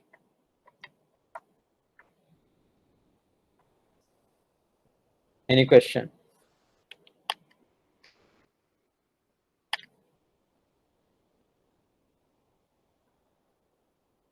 Is it clear?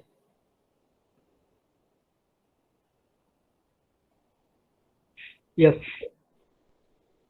Okay. Shall I move to the next thing? The next one is, how do we convert one interest rate to another interest rate? So that means one interest rate stated with one compound frequency into another, say semi-annual compounding frequency with the so the interest rate is stated with the semi-annual compounding frequency. Then what would be the equivalent rate for the quarterly compounding? Something like that.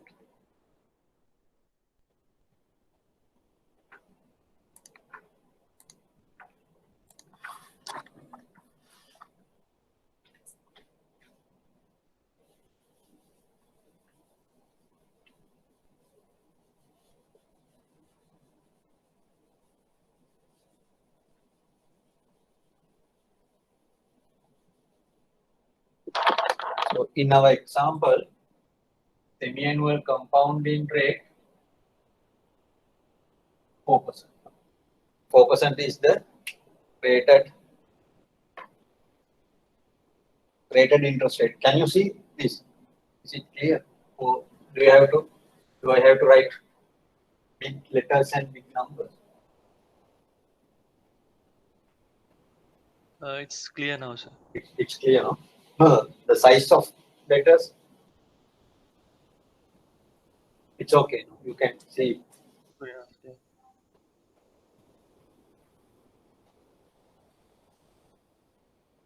okay. If it is not clear, my handwriting was very nice letters and numbers. If it is not clear, let me know. So stated rate is 4% semi-annual. But what would be the equivalent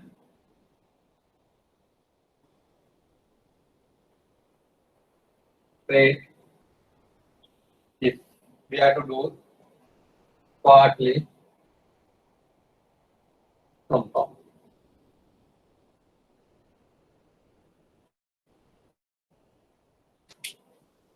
To get the same interest amount at the end of the year, but compounding quarterly, what should be the rate?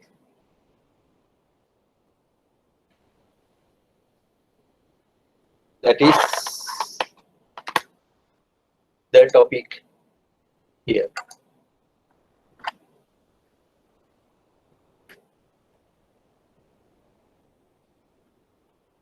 How do you calculate? If you go back to the equation, it says R2 equals 1 plus R1 over M1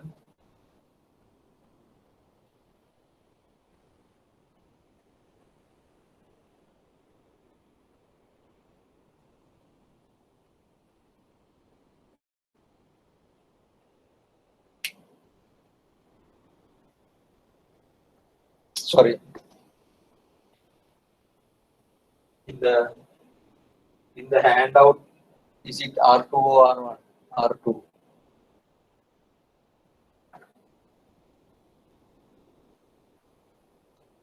R2. R2. R2, then this is M1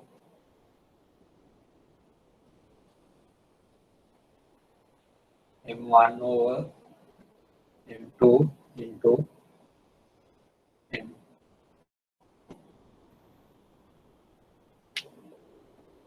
So in our example, what is R1, what is R2? R1 is the given rate.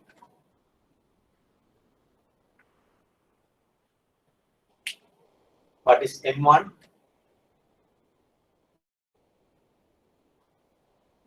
Two, because it is for semi-annual period. So the frequency is 2.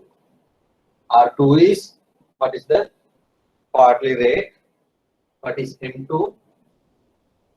It is 4, because we want to find out what would be the rate if you have to use quarter. So what do you expect? What would be the relationship between R1 and R2?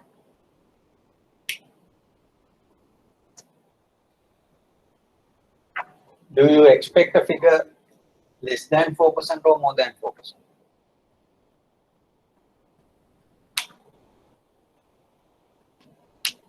Could be more than 4%. More than 4%.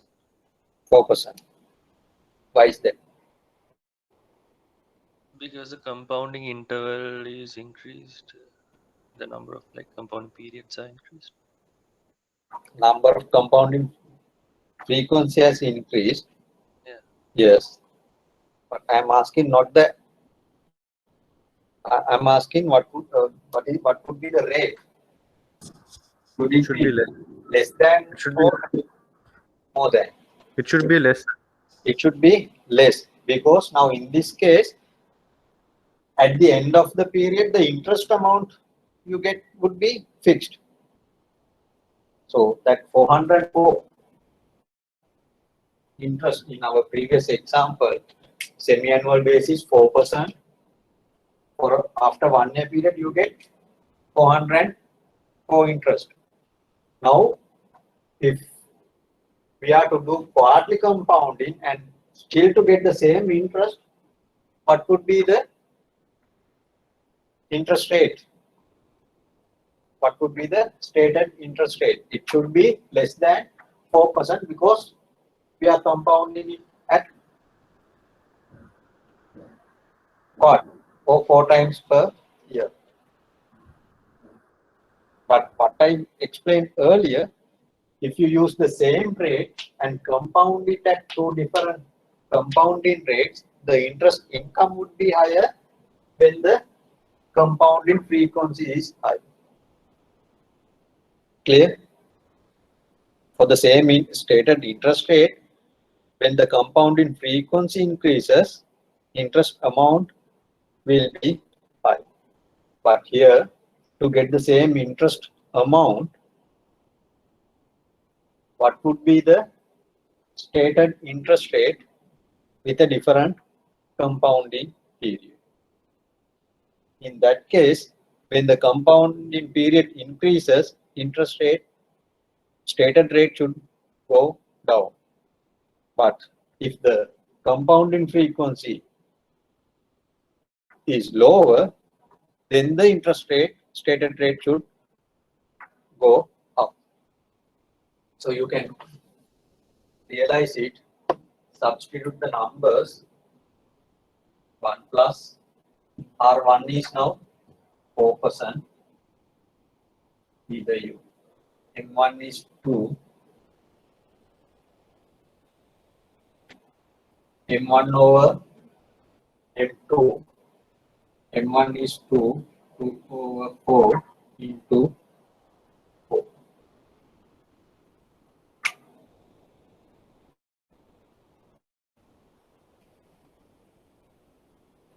What's the answer?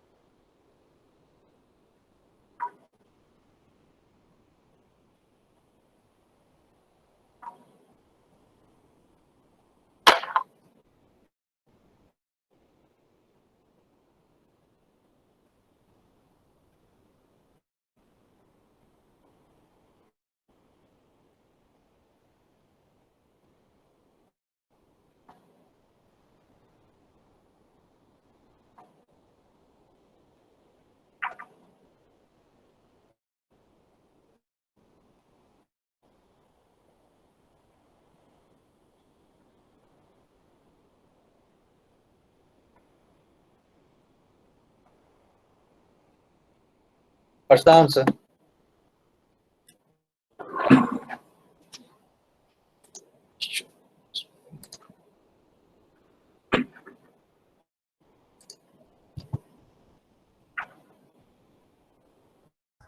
Four 4.0039. 4.00.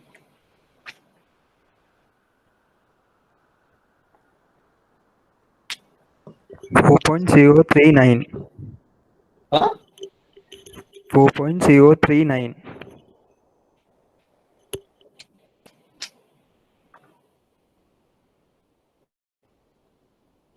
The other one said 4.003.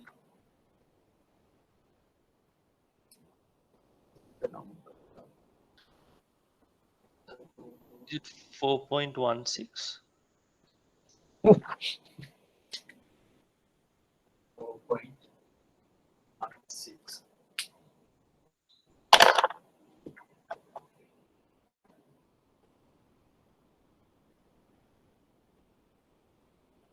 Any other answers? Let me check.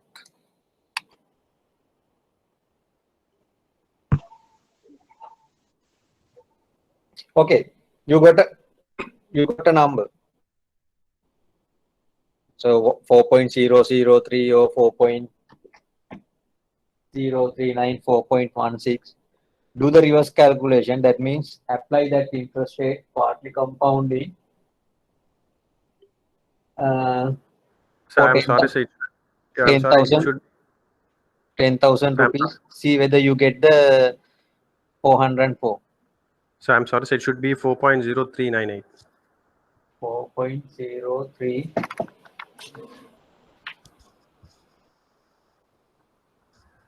That means the second number. First one has to be 4. First one has to be 4.0398. 0398. So the same answer. Someone said 4.039. So okay, apply that for 10,000 rupees for a 1 year period. See whether you get the same answer.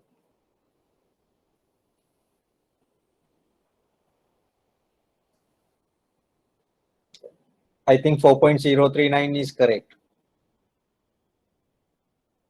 4.16 it cannot be, because what is our effective rate in the The semi-annual period effective rate is 4.04. So in this case, this rate should be less than that. So 4.039 would be okay. 4.16, this is out.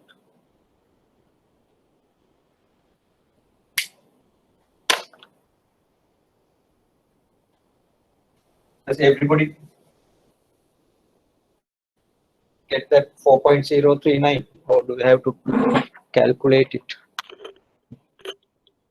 May I do it in Excel?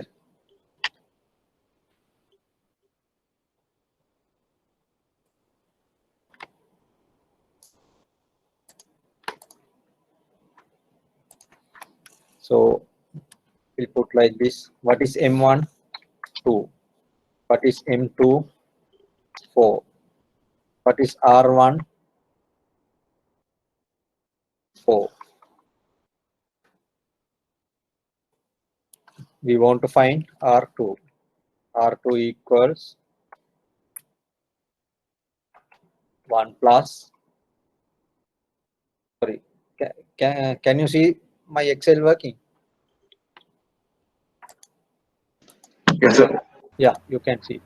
Yes. So 1 plus R1 divided by 2. So R1 divided by 2 and multiplied by 100 is 200 into the power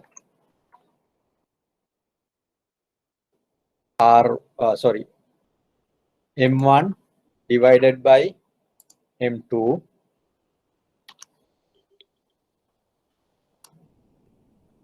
multiplied by M2. Correct. So 4.039802. This is less than 4.04. What is this 4.04? That is the effective annual rate in the, if we are to use the semi-annual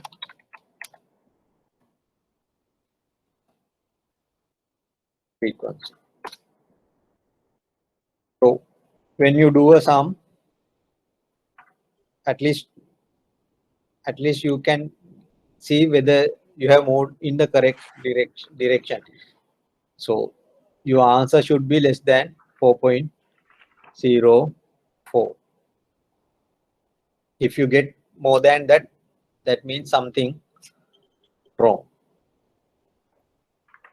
But yes, you might get 4.02, but you cannot identify that there's something wrong.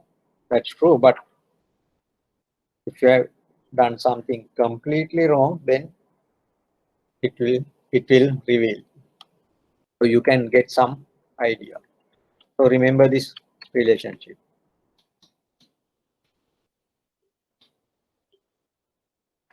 Okay, clear?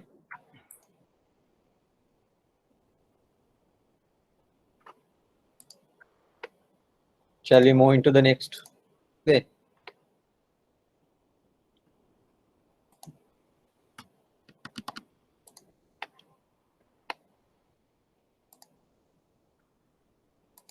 We were here. Okay.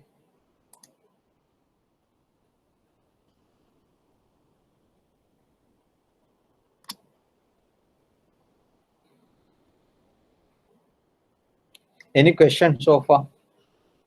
Can you see the presentation now?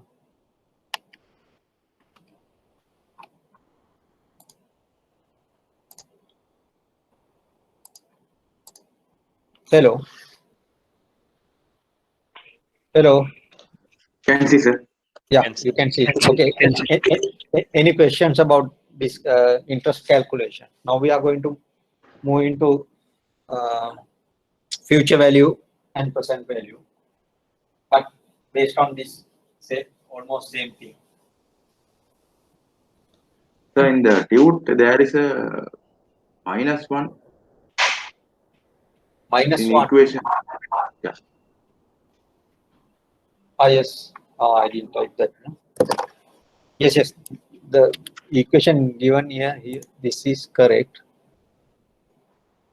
I didn't put -1.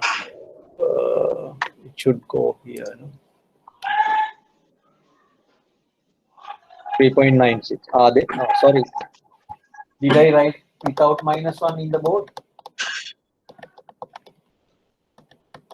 Hello. Yes, sir. Yes, sir. Sorry. Yes. That's a mistake. The -1 should be there.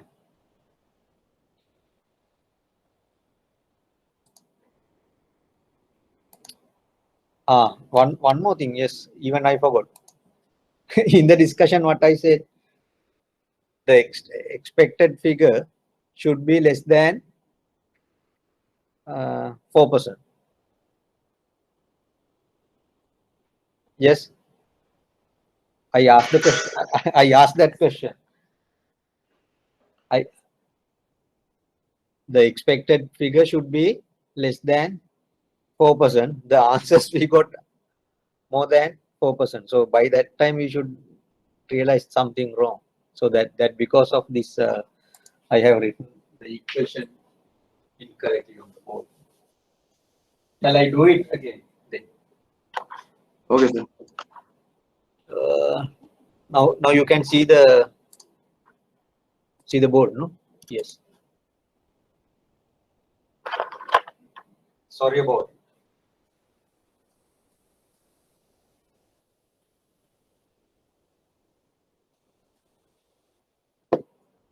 R2 equals 1 plus R1 over M1 to the power M1 over M2 minus 1. I think I wrote it and somewhere I deleted M2. Correct? Okay, just check that whether the equation is correct. Yes. R1 is 4%, that is correct.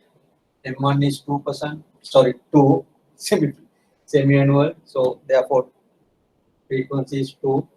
M2 we need, if it is quarterly payment, 4. Correct, no? Now substitute figures.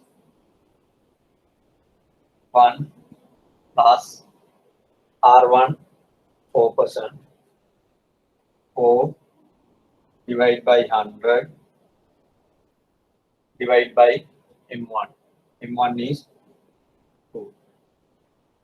To the power of M1 is 2, M2 is 4. Minus 1 multiplied by M2 is 4. You should get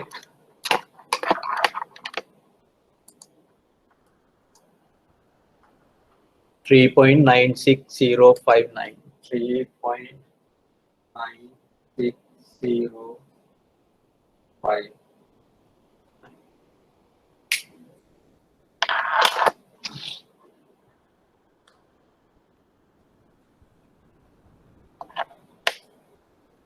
Then if you do this calculation, 10,000 1 plus 3.96059 divided by 4 into 100 into 4 minus 10,000. Still you should get 400. If not, again something.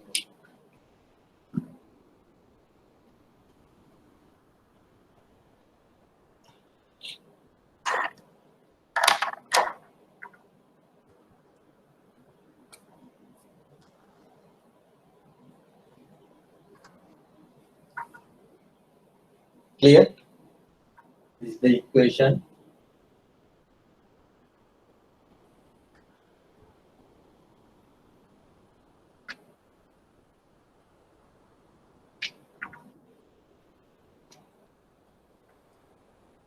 You substitute the figures, given figures.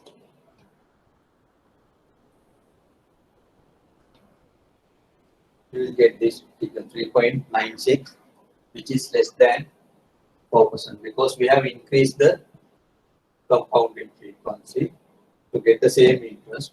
Then interest rate to go down. But effectively, you should get, ultimately you should get the same interest amount. Is it clear? Do we have to?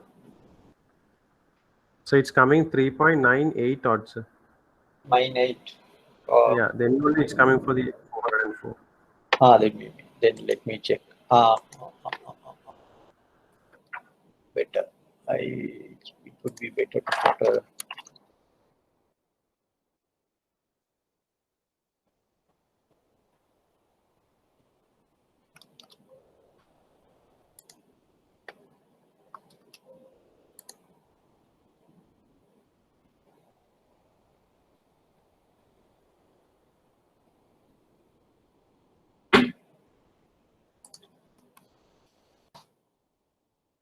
yes. 3.9802, no? Yes, sir. 3980.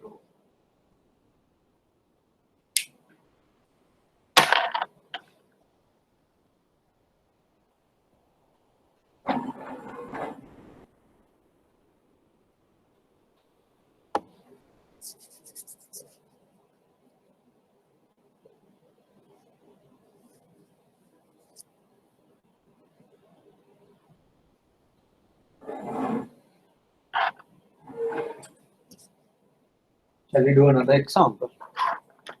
Just to make it clear. Oh, sorry.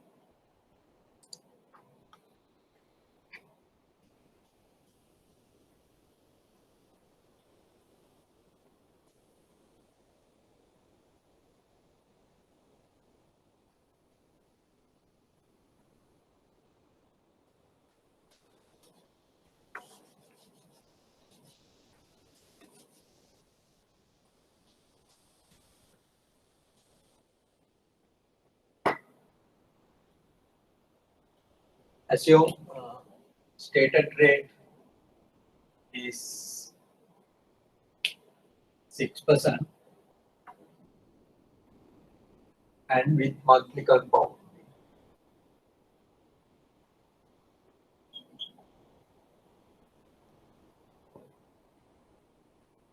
What would be the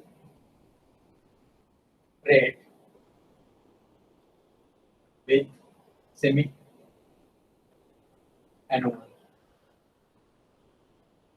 compound?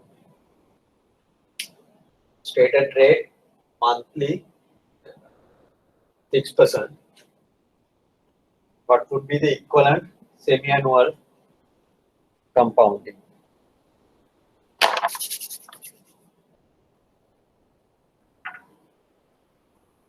So now, what is R1, what is R2, what is M1, what is M2? This is the equation. What is R1? So I just wanted to make a small request. Will you be able to tell us what type of a real situation this type of calculations works? Then it will be easy for us to have an idea. In real situation, yes. Either to compare two different codes or to say you are assessing few alternatives, whether to go for a semi-annual frequency or a quarterly frequency or monthly frequency. Then what would be the rate? Okay, thank you.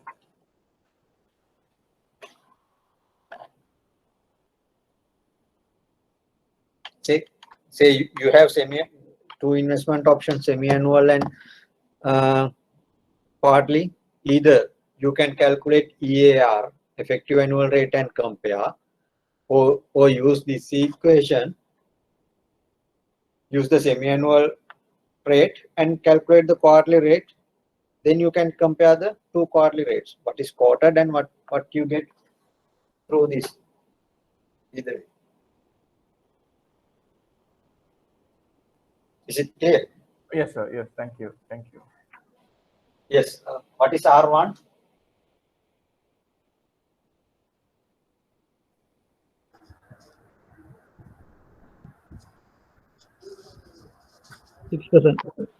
Sorry?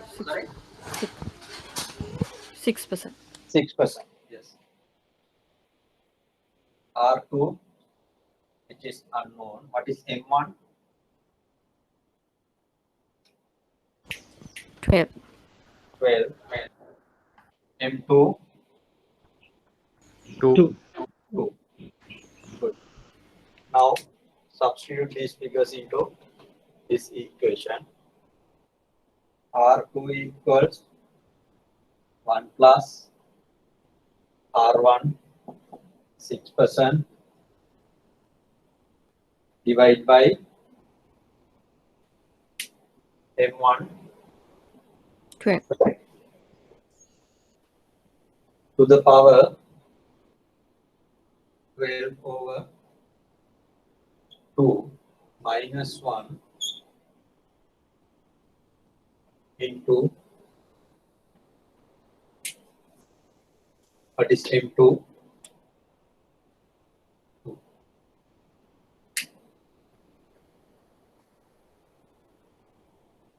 You will get a figure more than 6%.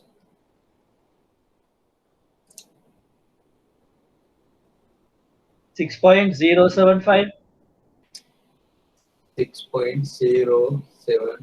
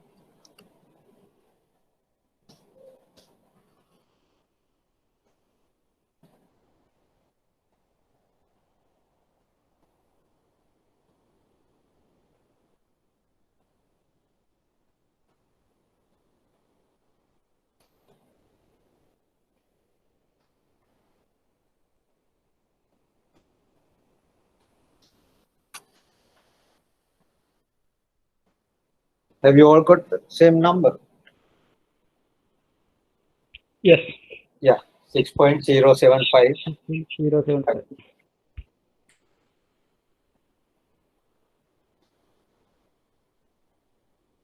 Yes. So,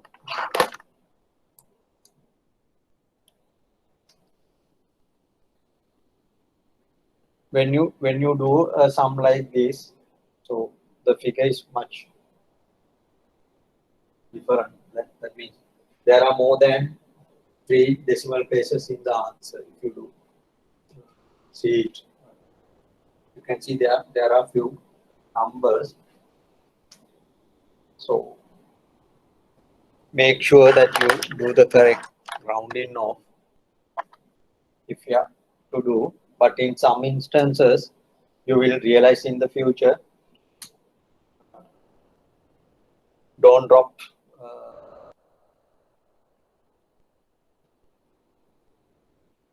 last digits, decimal points.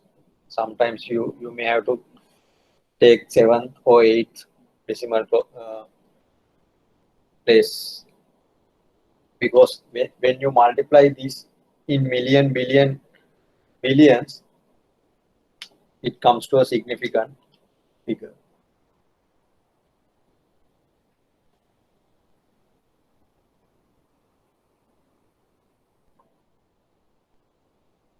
Okay, is it clear now?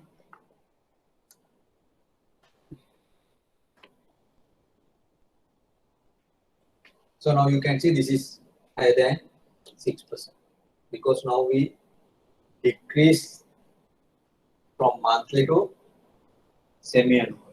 Frequency decrease. So therefore the rate should go up.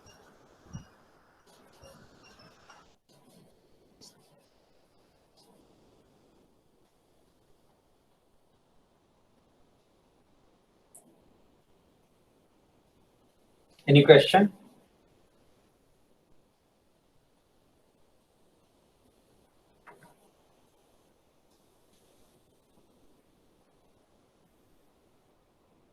Any question?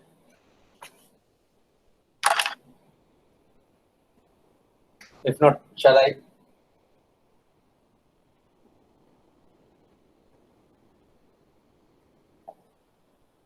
Move forward. Future value. In short, I will write it as FV, and again, sorry, sometimes I will use this FV for some other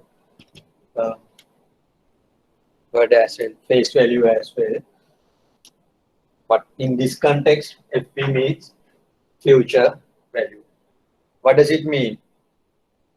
In our previous example, you invested 10,000 at 4% annual and no compounding, assume no compounding, you get 1,400 altogether after 1 year. And remember the very first example we did with simple interest, invested 10,000 rupees at 4% for a 1 year period, and at the end you get 10,400. So the basic is, this is the future value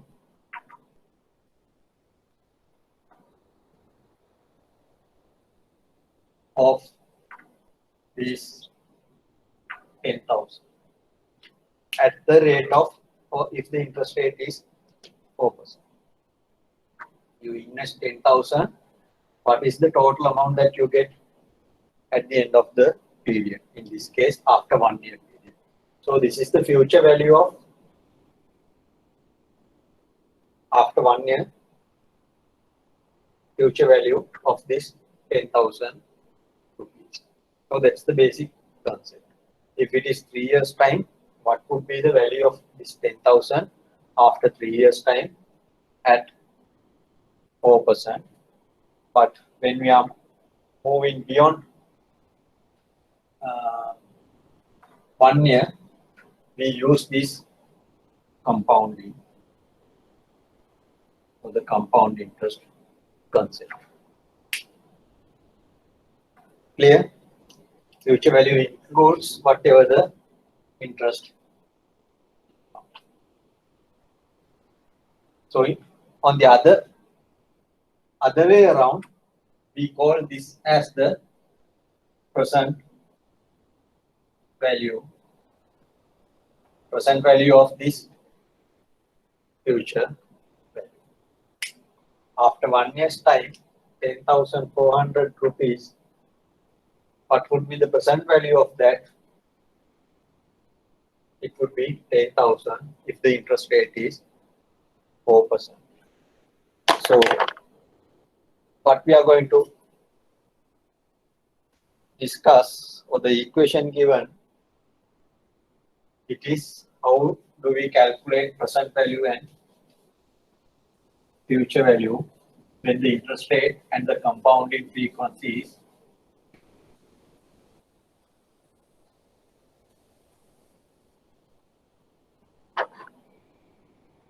so in simple, future value equals present value 1 plus r to the power n. In this instance, we assume r is annual rate,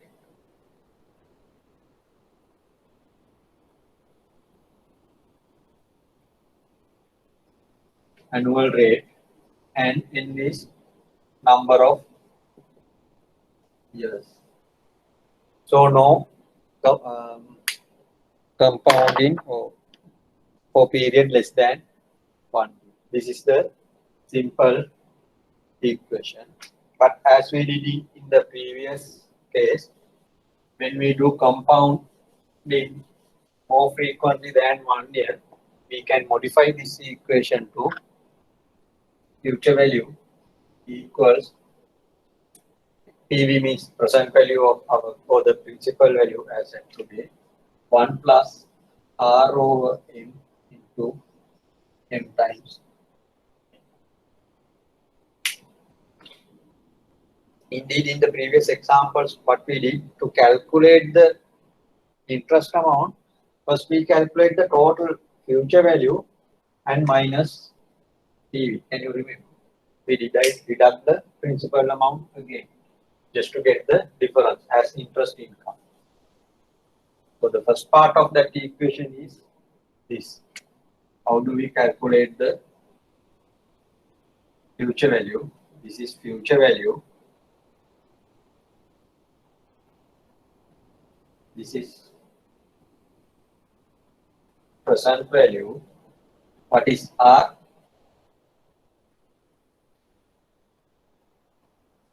It is interest rate. What is M? Compounding frequency.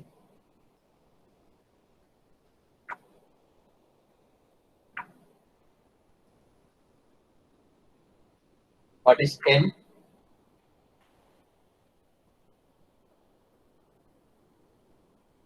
Number of years.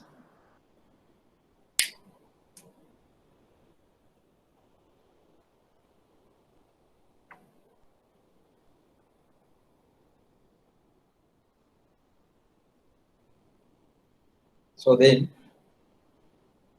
if we go back to take the same example, 10,000 rupees, 10,000 rupees invested at 4% with semi-annual compounding for 3 years. What would be the future value?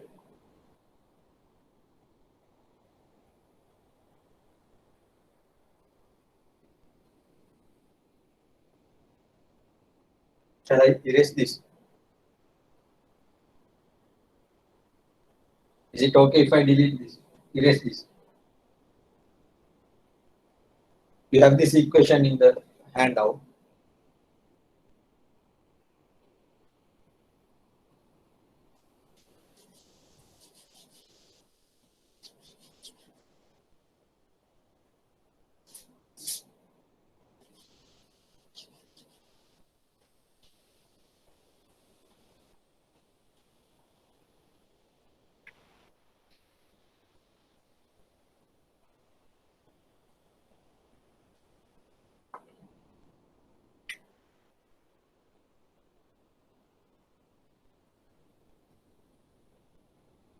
So present value is 10,000. 1 plus what is R? 4% over 100. Frequency is 2 because it's semi-annual. 2 into 3. 11,261. 11,261 something. I cannot remember. We did this calculation earlier. So you should get the same answer.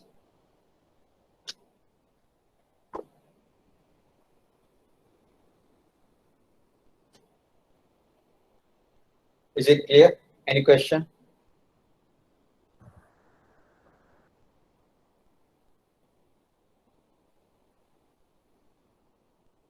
So what does it mean if you invest 10,000 rupees at 4% with semi-annual compounding?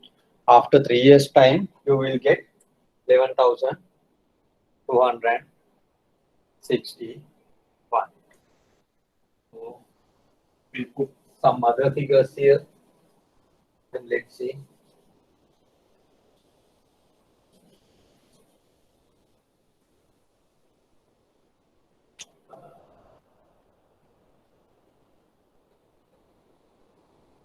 $1 million at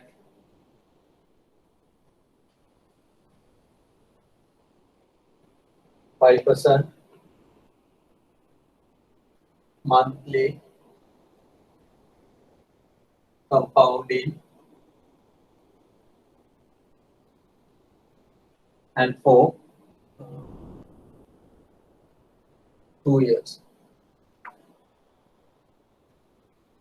What would be the amount that you will get after 2 years? 1 million at 5% with monthly compounding.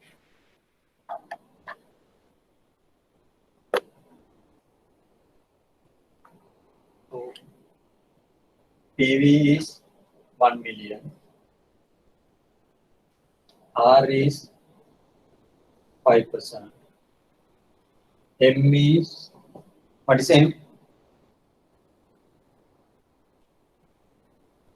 What is N?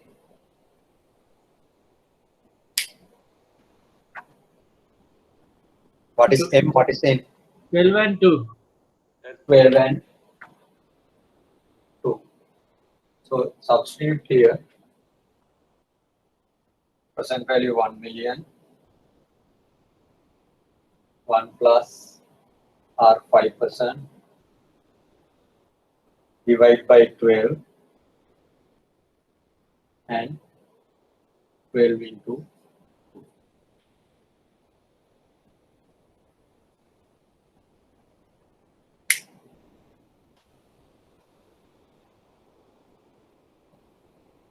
1,104,941. 1 million 4,000. Sorry, 1 million 104,000. 104,000. 104,000. 941. 920. 41. 41.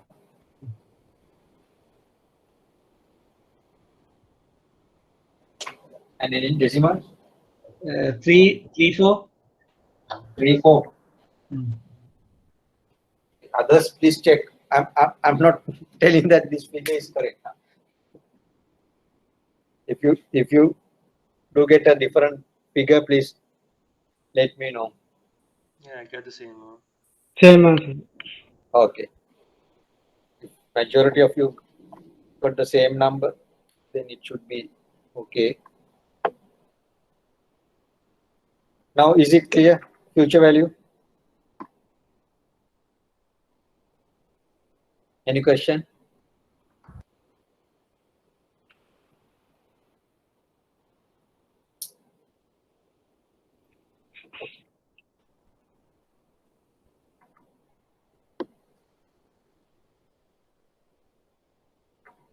Now, this is about future value of a single cash flow because it's only 1 million, one single cash flow. And what would be the future value when the interest rate and the compounding frequency and the full tenor is given. Now we'll do the reverse. Instead of future value, try to calculate the present value. PV.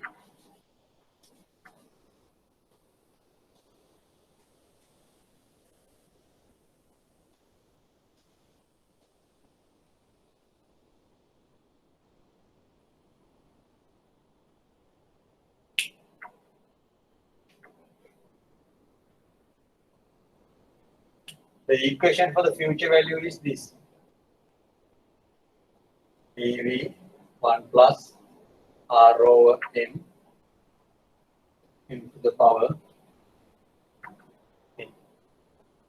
Then what is the equation for the present value? Present value equals future value divided by 1 plus, isn't it? From this equation to this equation you can come. Just use simple. So this is the equation to calculate the present value. Again, FV means future value, R is the interest rate, M is the compounding frequency, N is the number of years.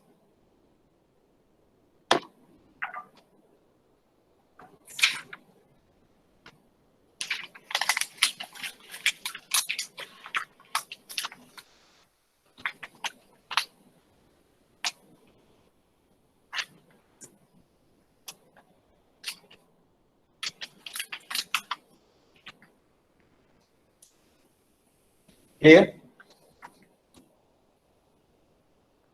this is just going back with the same equation. Again, we'll try to put some figures and do the calculation.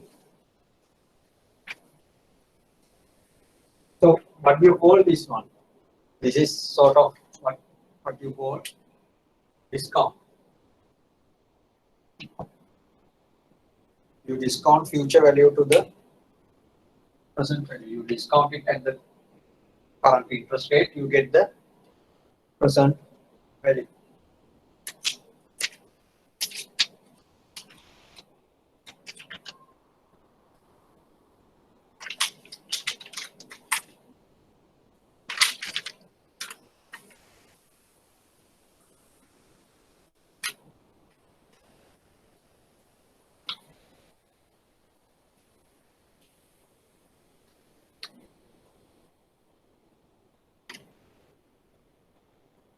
Okay, we'll see after 3 years,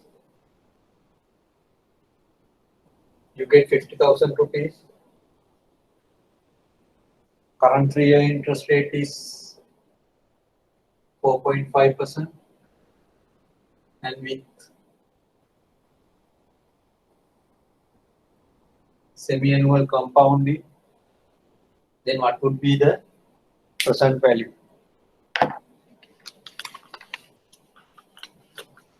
You get 50,000 in 3 years. At current interest rate is 4.5, but at a semi-annual compound, with semi-annual compound, what is the present value?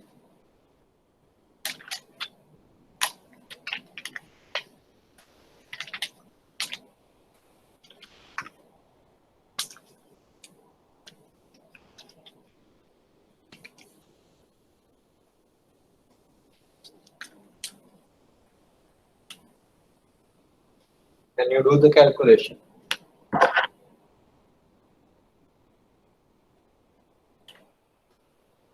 What is future value? It is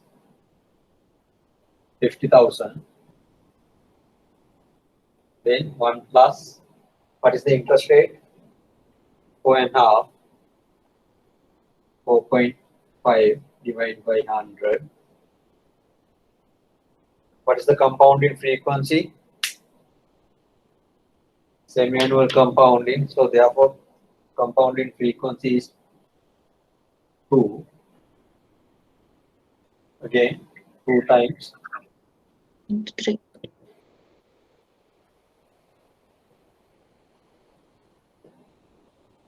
Will you get less than 50,000 or more than 50,000?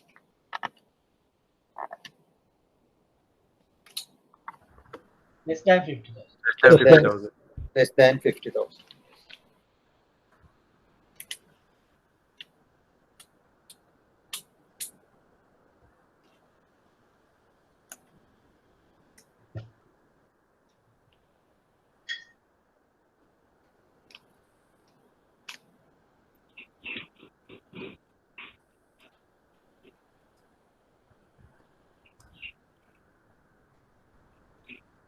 $43,751.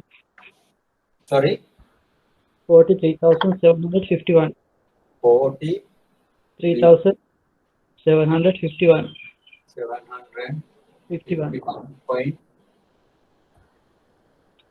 No decimals. 1. 21. So don't forget about saints.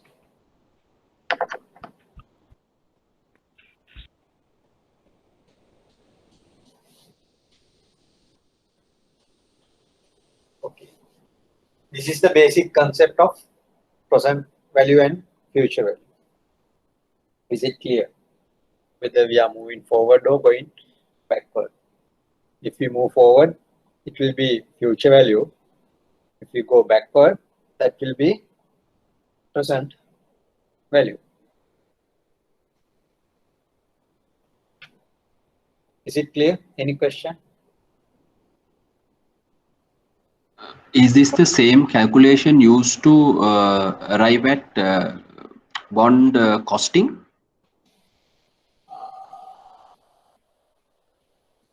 Bond costing or If it is to be discussed later, it's fine. yes, we will discuss later. You mean to price a bond? Yeah. Is it the same discounting method? The same method, Yeah. but not. Yes, it's the same method. Yes, possibly, but there's a difference that you will realize. So we will discuss it. Possible, but the concept is same. Yes, calculate the present value.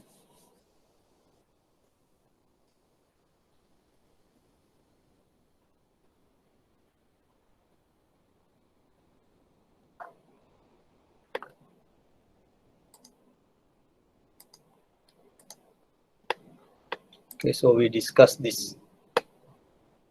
Sorry.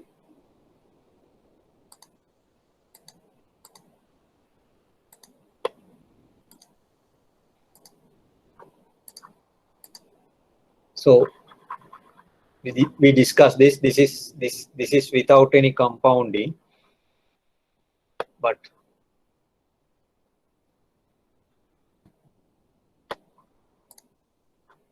this is the equation that we discussed with more with compounding less than 1 or more than 1 compounding within a year. So this is what you have to remember. This is only a simple version of that.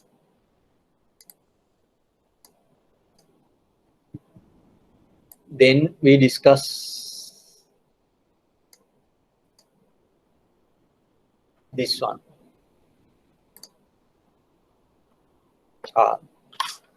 Present value of a single cash flow.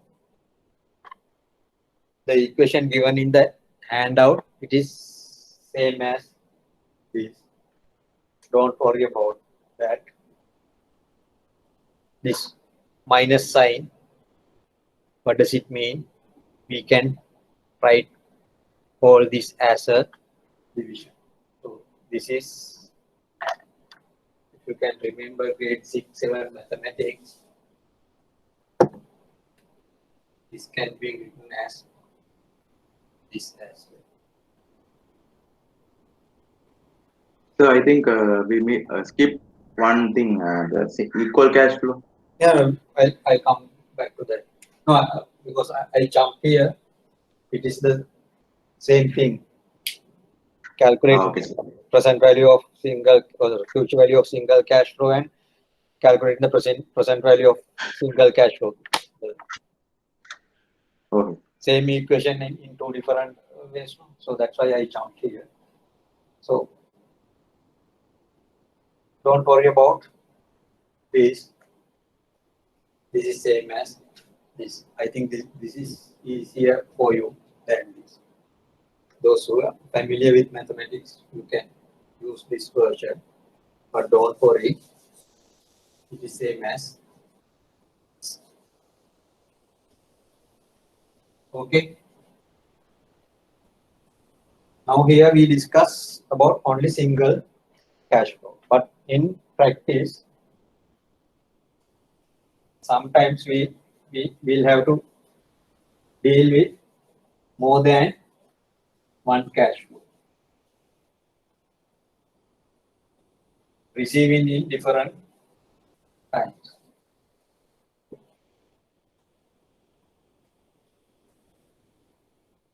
How do we do that?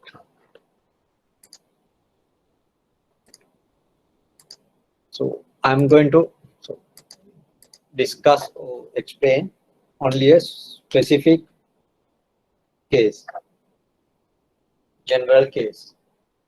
Now what you can see, the presentation or the board.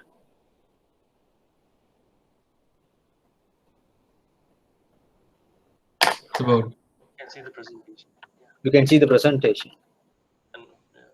Can see the presentation. Okay, if I ask,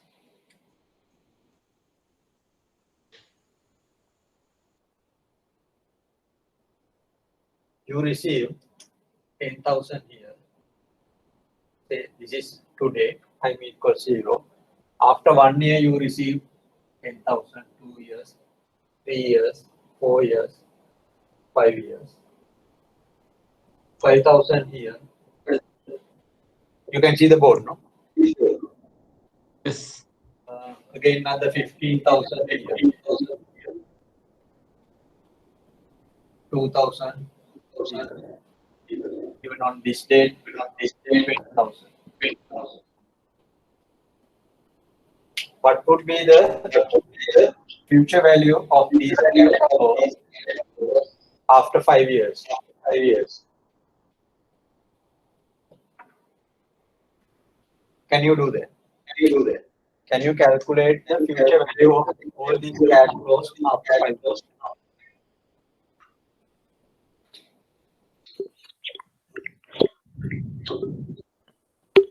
Fourth year value is 2000. No? Sorry? Fourth year value is 2000. Yes, this is 2000. At time 0, 20,000, 10,000, 5,000, 15,000, 2,000. What would be the value after 5 years? Can you calculate it? Can you explain how to do that? So do you have enough information? Interest rate? Yes, you need a interest rate. If you take this one, 20,000, you need an interest rate for a 5-year period. Excuse me, I think someone has microphone on and we are getting an echo. If the rest of the guys can like mute the microphones, it will be clearer. Sorry, I didn't get that. So someone, I think it seems that has turned on the microphone and we are getting an echo. Ah, okay. Sorry. Yes. Please. Yes. So please mute your microphones whenever you are not asking question or giving comments. Otherwise, yes, it will be disturb others. Now it's okay. See. Is it? Yes. Yeah. Fine. Thanks. So for the first cash flow, the time period is 5 years. But if we take this 15,000, the remaining time period is only 2 years. This one, the last cash flow, it's only 1 year period. But there should be different interest rates applicable. But assume whatever the time period, interest rate is 5%. What do?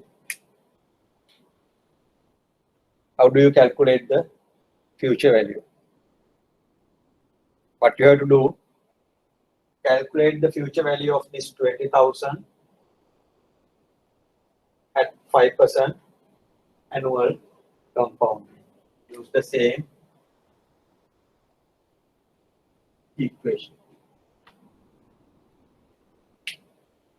Then calculate the present value of this 10,000, sorry, future value of this 10,000, but it's only for a 4-year period. This 5,000, calculate the future value with a 3-year period. 15,000, calculate the future value for 2 years. 2,000, calculate the future value after 1 year time. Likewise, you have to calculate the future value of each and every cash flow and add them up. Is it clear?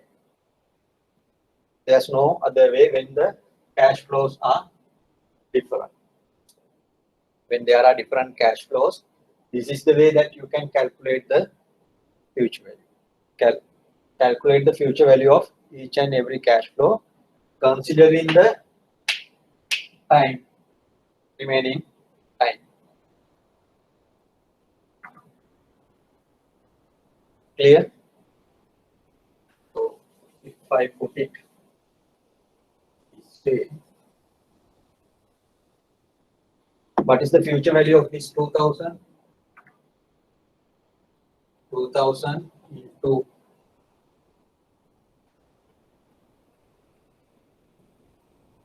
this, only this, because it's only for a 1-year period. What is the future value of this 15,000? 15,000, but it's for 2 years. What is the future value of this 5,000? 5,000 times 1 plus 5% to the power 3, because there are 3 remaining for this 10,000. 1 plus 5 over 100 to 4. For this 20,000,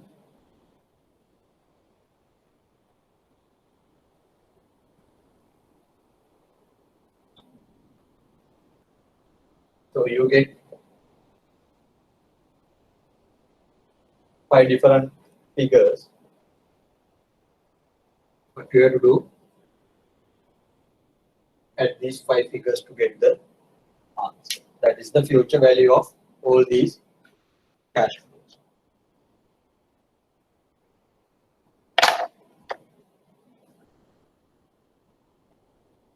Clear?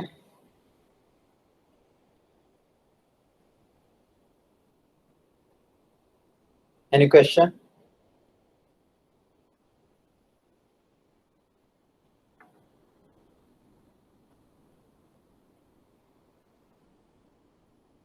Are you clear?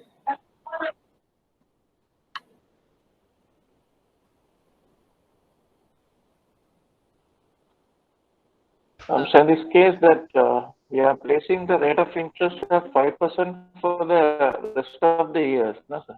Yes, yes. I assume flat for whatever the remaining maturity, the same interest rate. But yes, that can happen. For this, it may be 3%.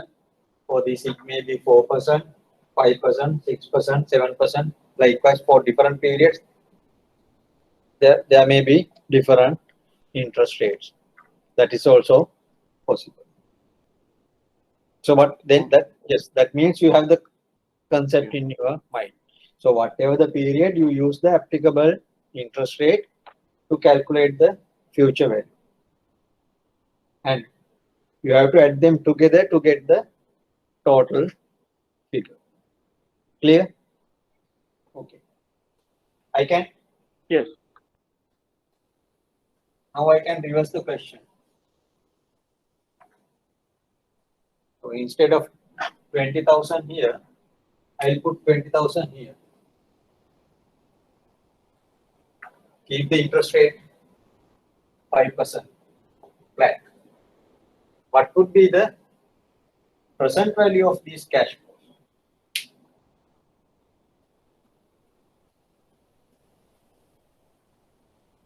Can someone explain quickly? How do you do this? Instead of future value, how do you calculate the present value of these cash flows?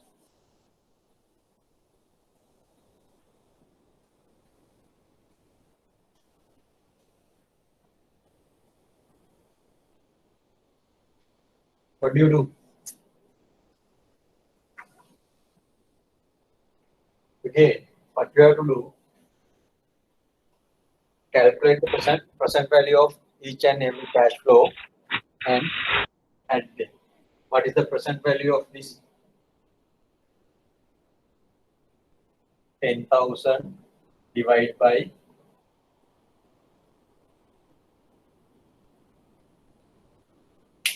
discount 10,000 for a 1 year period at 5%. Correct? Then for the second,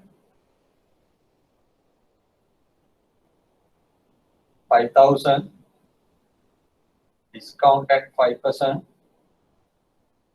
for a 2-year period. 15,000 1 plus 5/100 for 3 years. This one 2,000 for a 4-year period. This one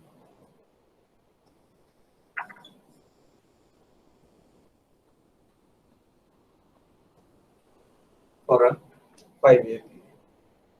So calculate the present value of each and every cash flow, then add them together. You will get the present value of a future cash flow, series of cash flows.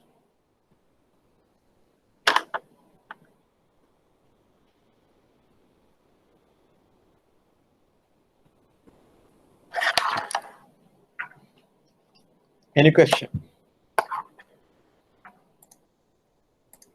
So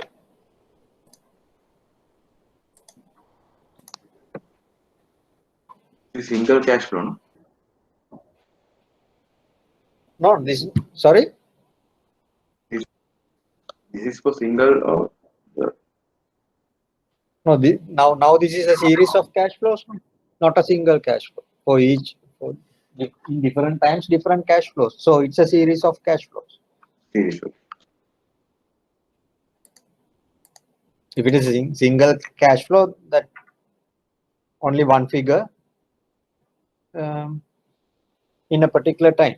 Now here we have different figures in different time frame. So it's a series of cash flows.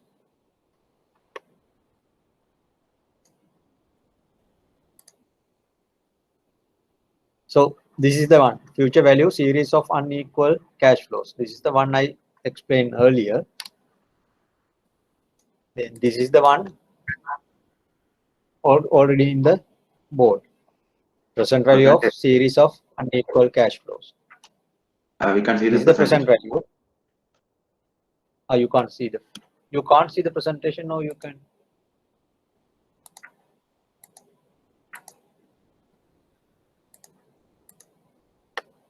Now you can see the presentation. Yes, sir. Yeah. So this is the example. Now what is on the board is the example for the present value series of unequal cash flows. The previous one, we calculated the future value. That is the example for this future value series of unequal cash flows. What we missed is only this part. Future value of a series of cash flows, but equal amounts. When the cash flow is equal amount, how to do? We'll discuss that next week. All others we have covered now. So can we see the board again? Yeah.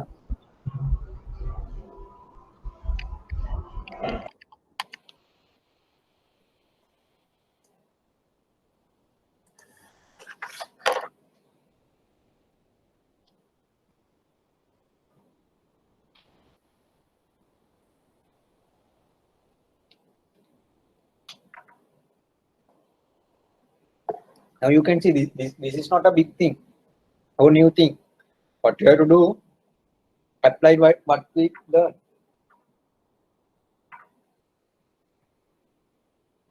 How to calculate a present value of a single cash flow, use that concept and calculate the present value of each and every cash flow separately, then add them together.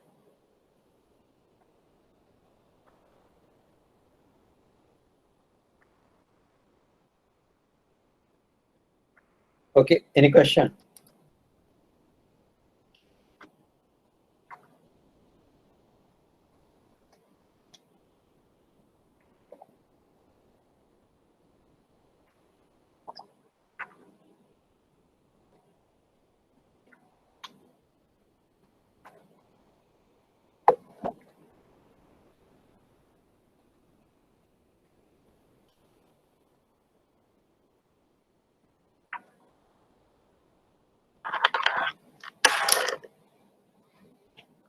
Any questions before we wind up?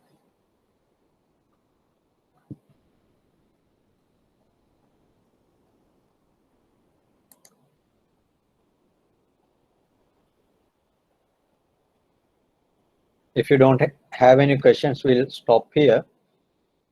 But remember to revise this before come to the next class. We will use this in the next week class as well.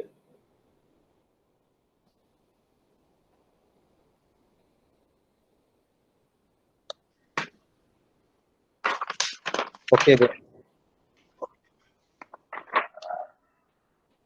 I hope you don't have any questions. So next week we have to start from which page?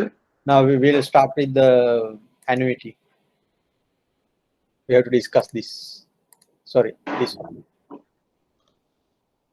Can I see the presentation, Sorry, please? it's the present value series of equal cash flows. Slide number 34. That's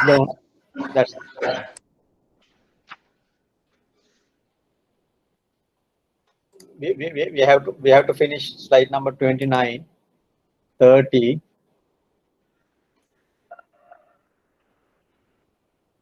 and 34. Slide numbers 29, 30, and 34. Those are the things that we have to discuss now. All others we have covered. So what are the practical scenarios of unequal cash flows in finance sector? When you evaluate projects, you will get different cash flows in different time frames. Maybe inflows and outflows together. Then you have to calculate the NPV, net present value. The same concept. Only thing is for outflows you put minus, for inflows you put plus sign, and calculate the present value of each and every cash flow and sum them to see what is the net present value. The interest rate that we use to discount is called the IRR. Then the NPV equals to 0. So, however, in this class we are not going to discuss that NPV part and IRR, but use this concept as as one of your colleagues mentioned, to value bonds and other financial instruments.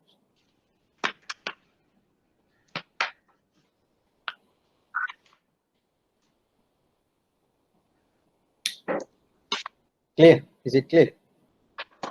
Yes, sir. Okay. Okay, then 29, 30 and 34, no, sir?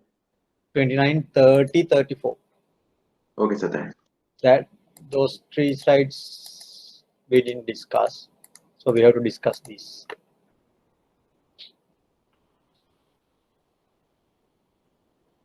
Okay, any other question?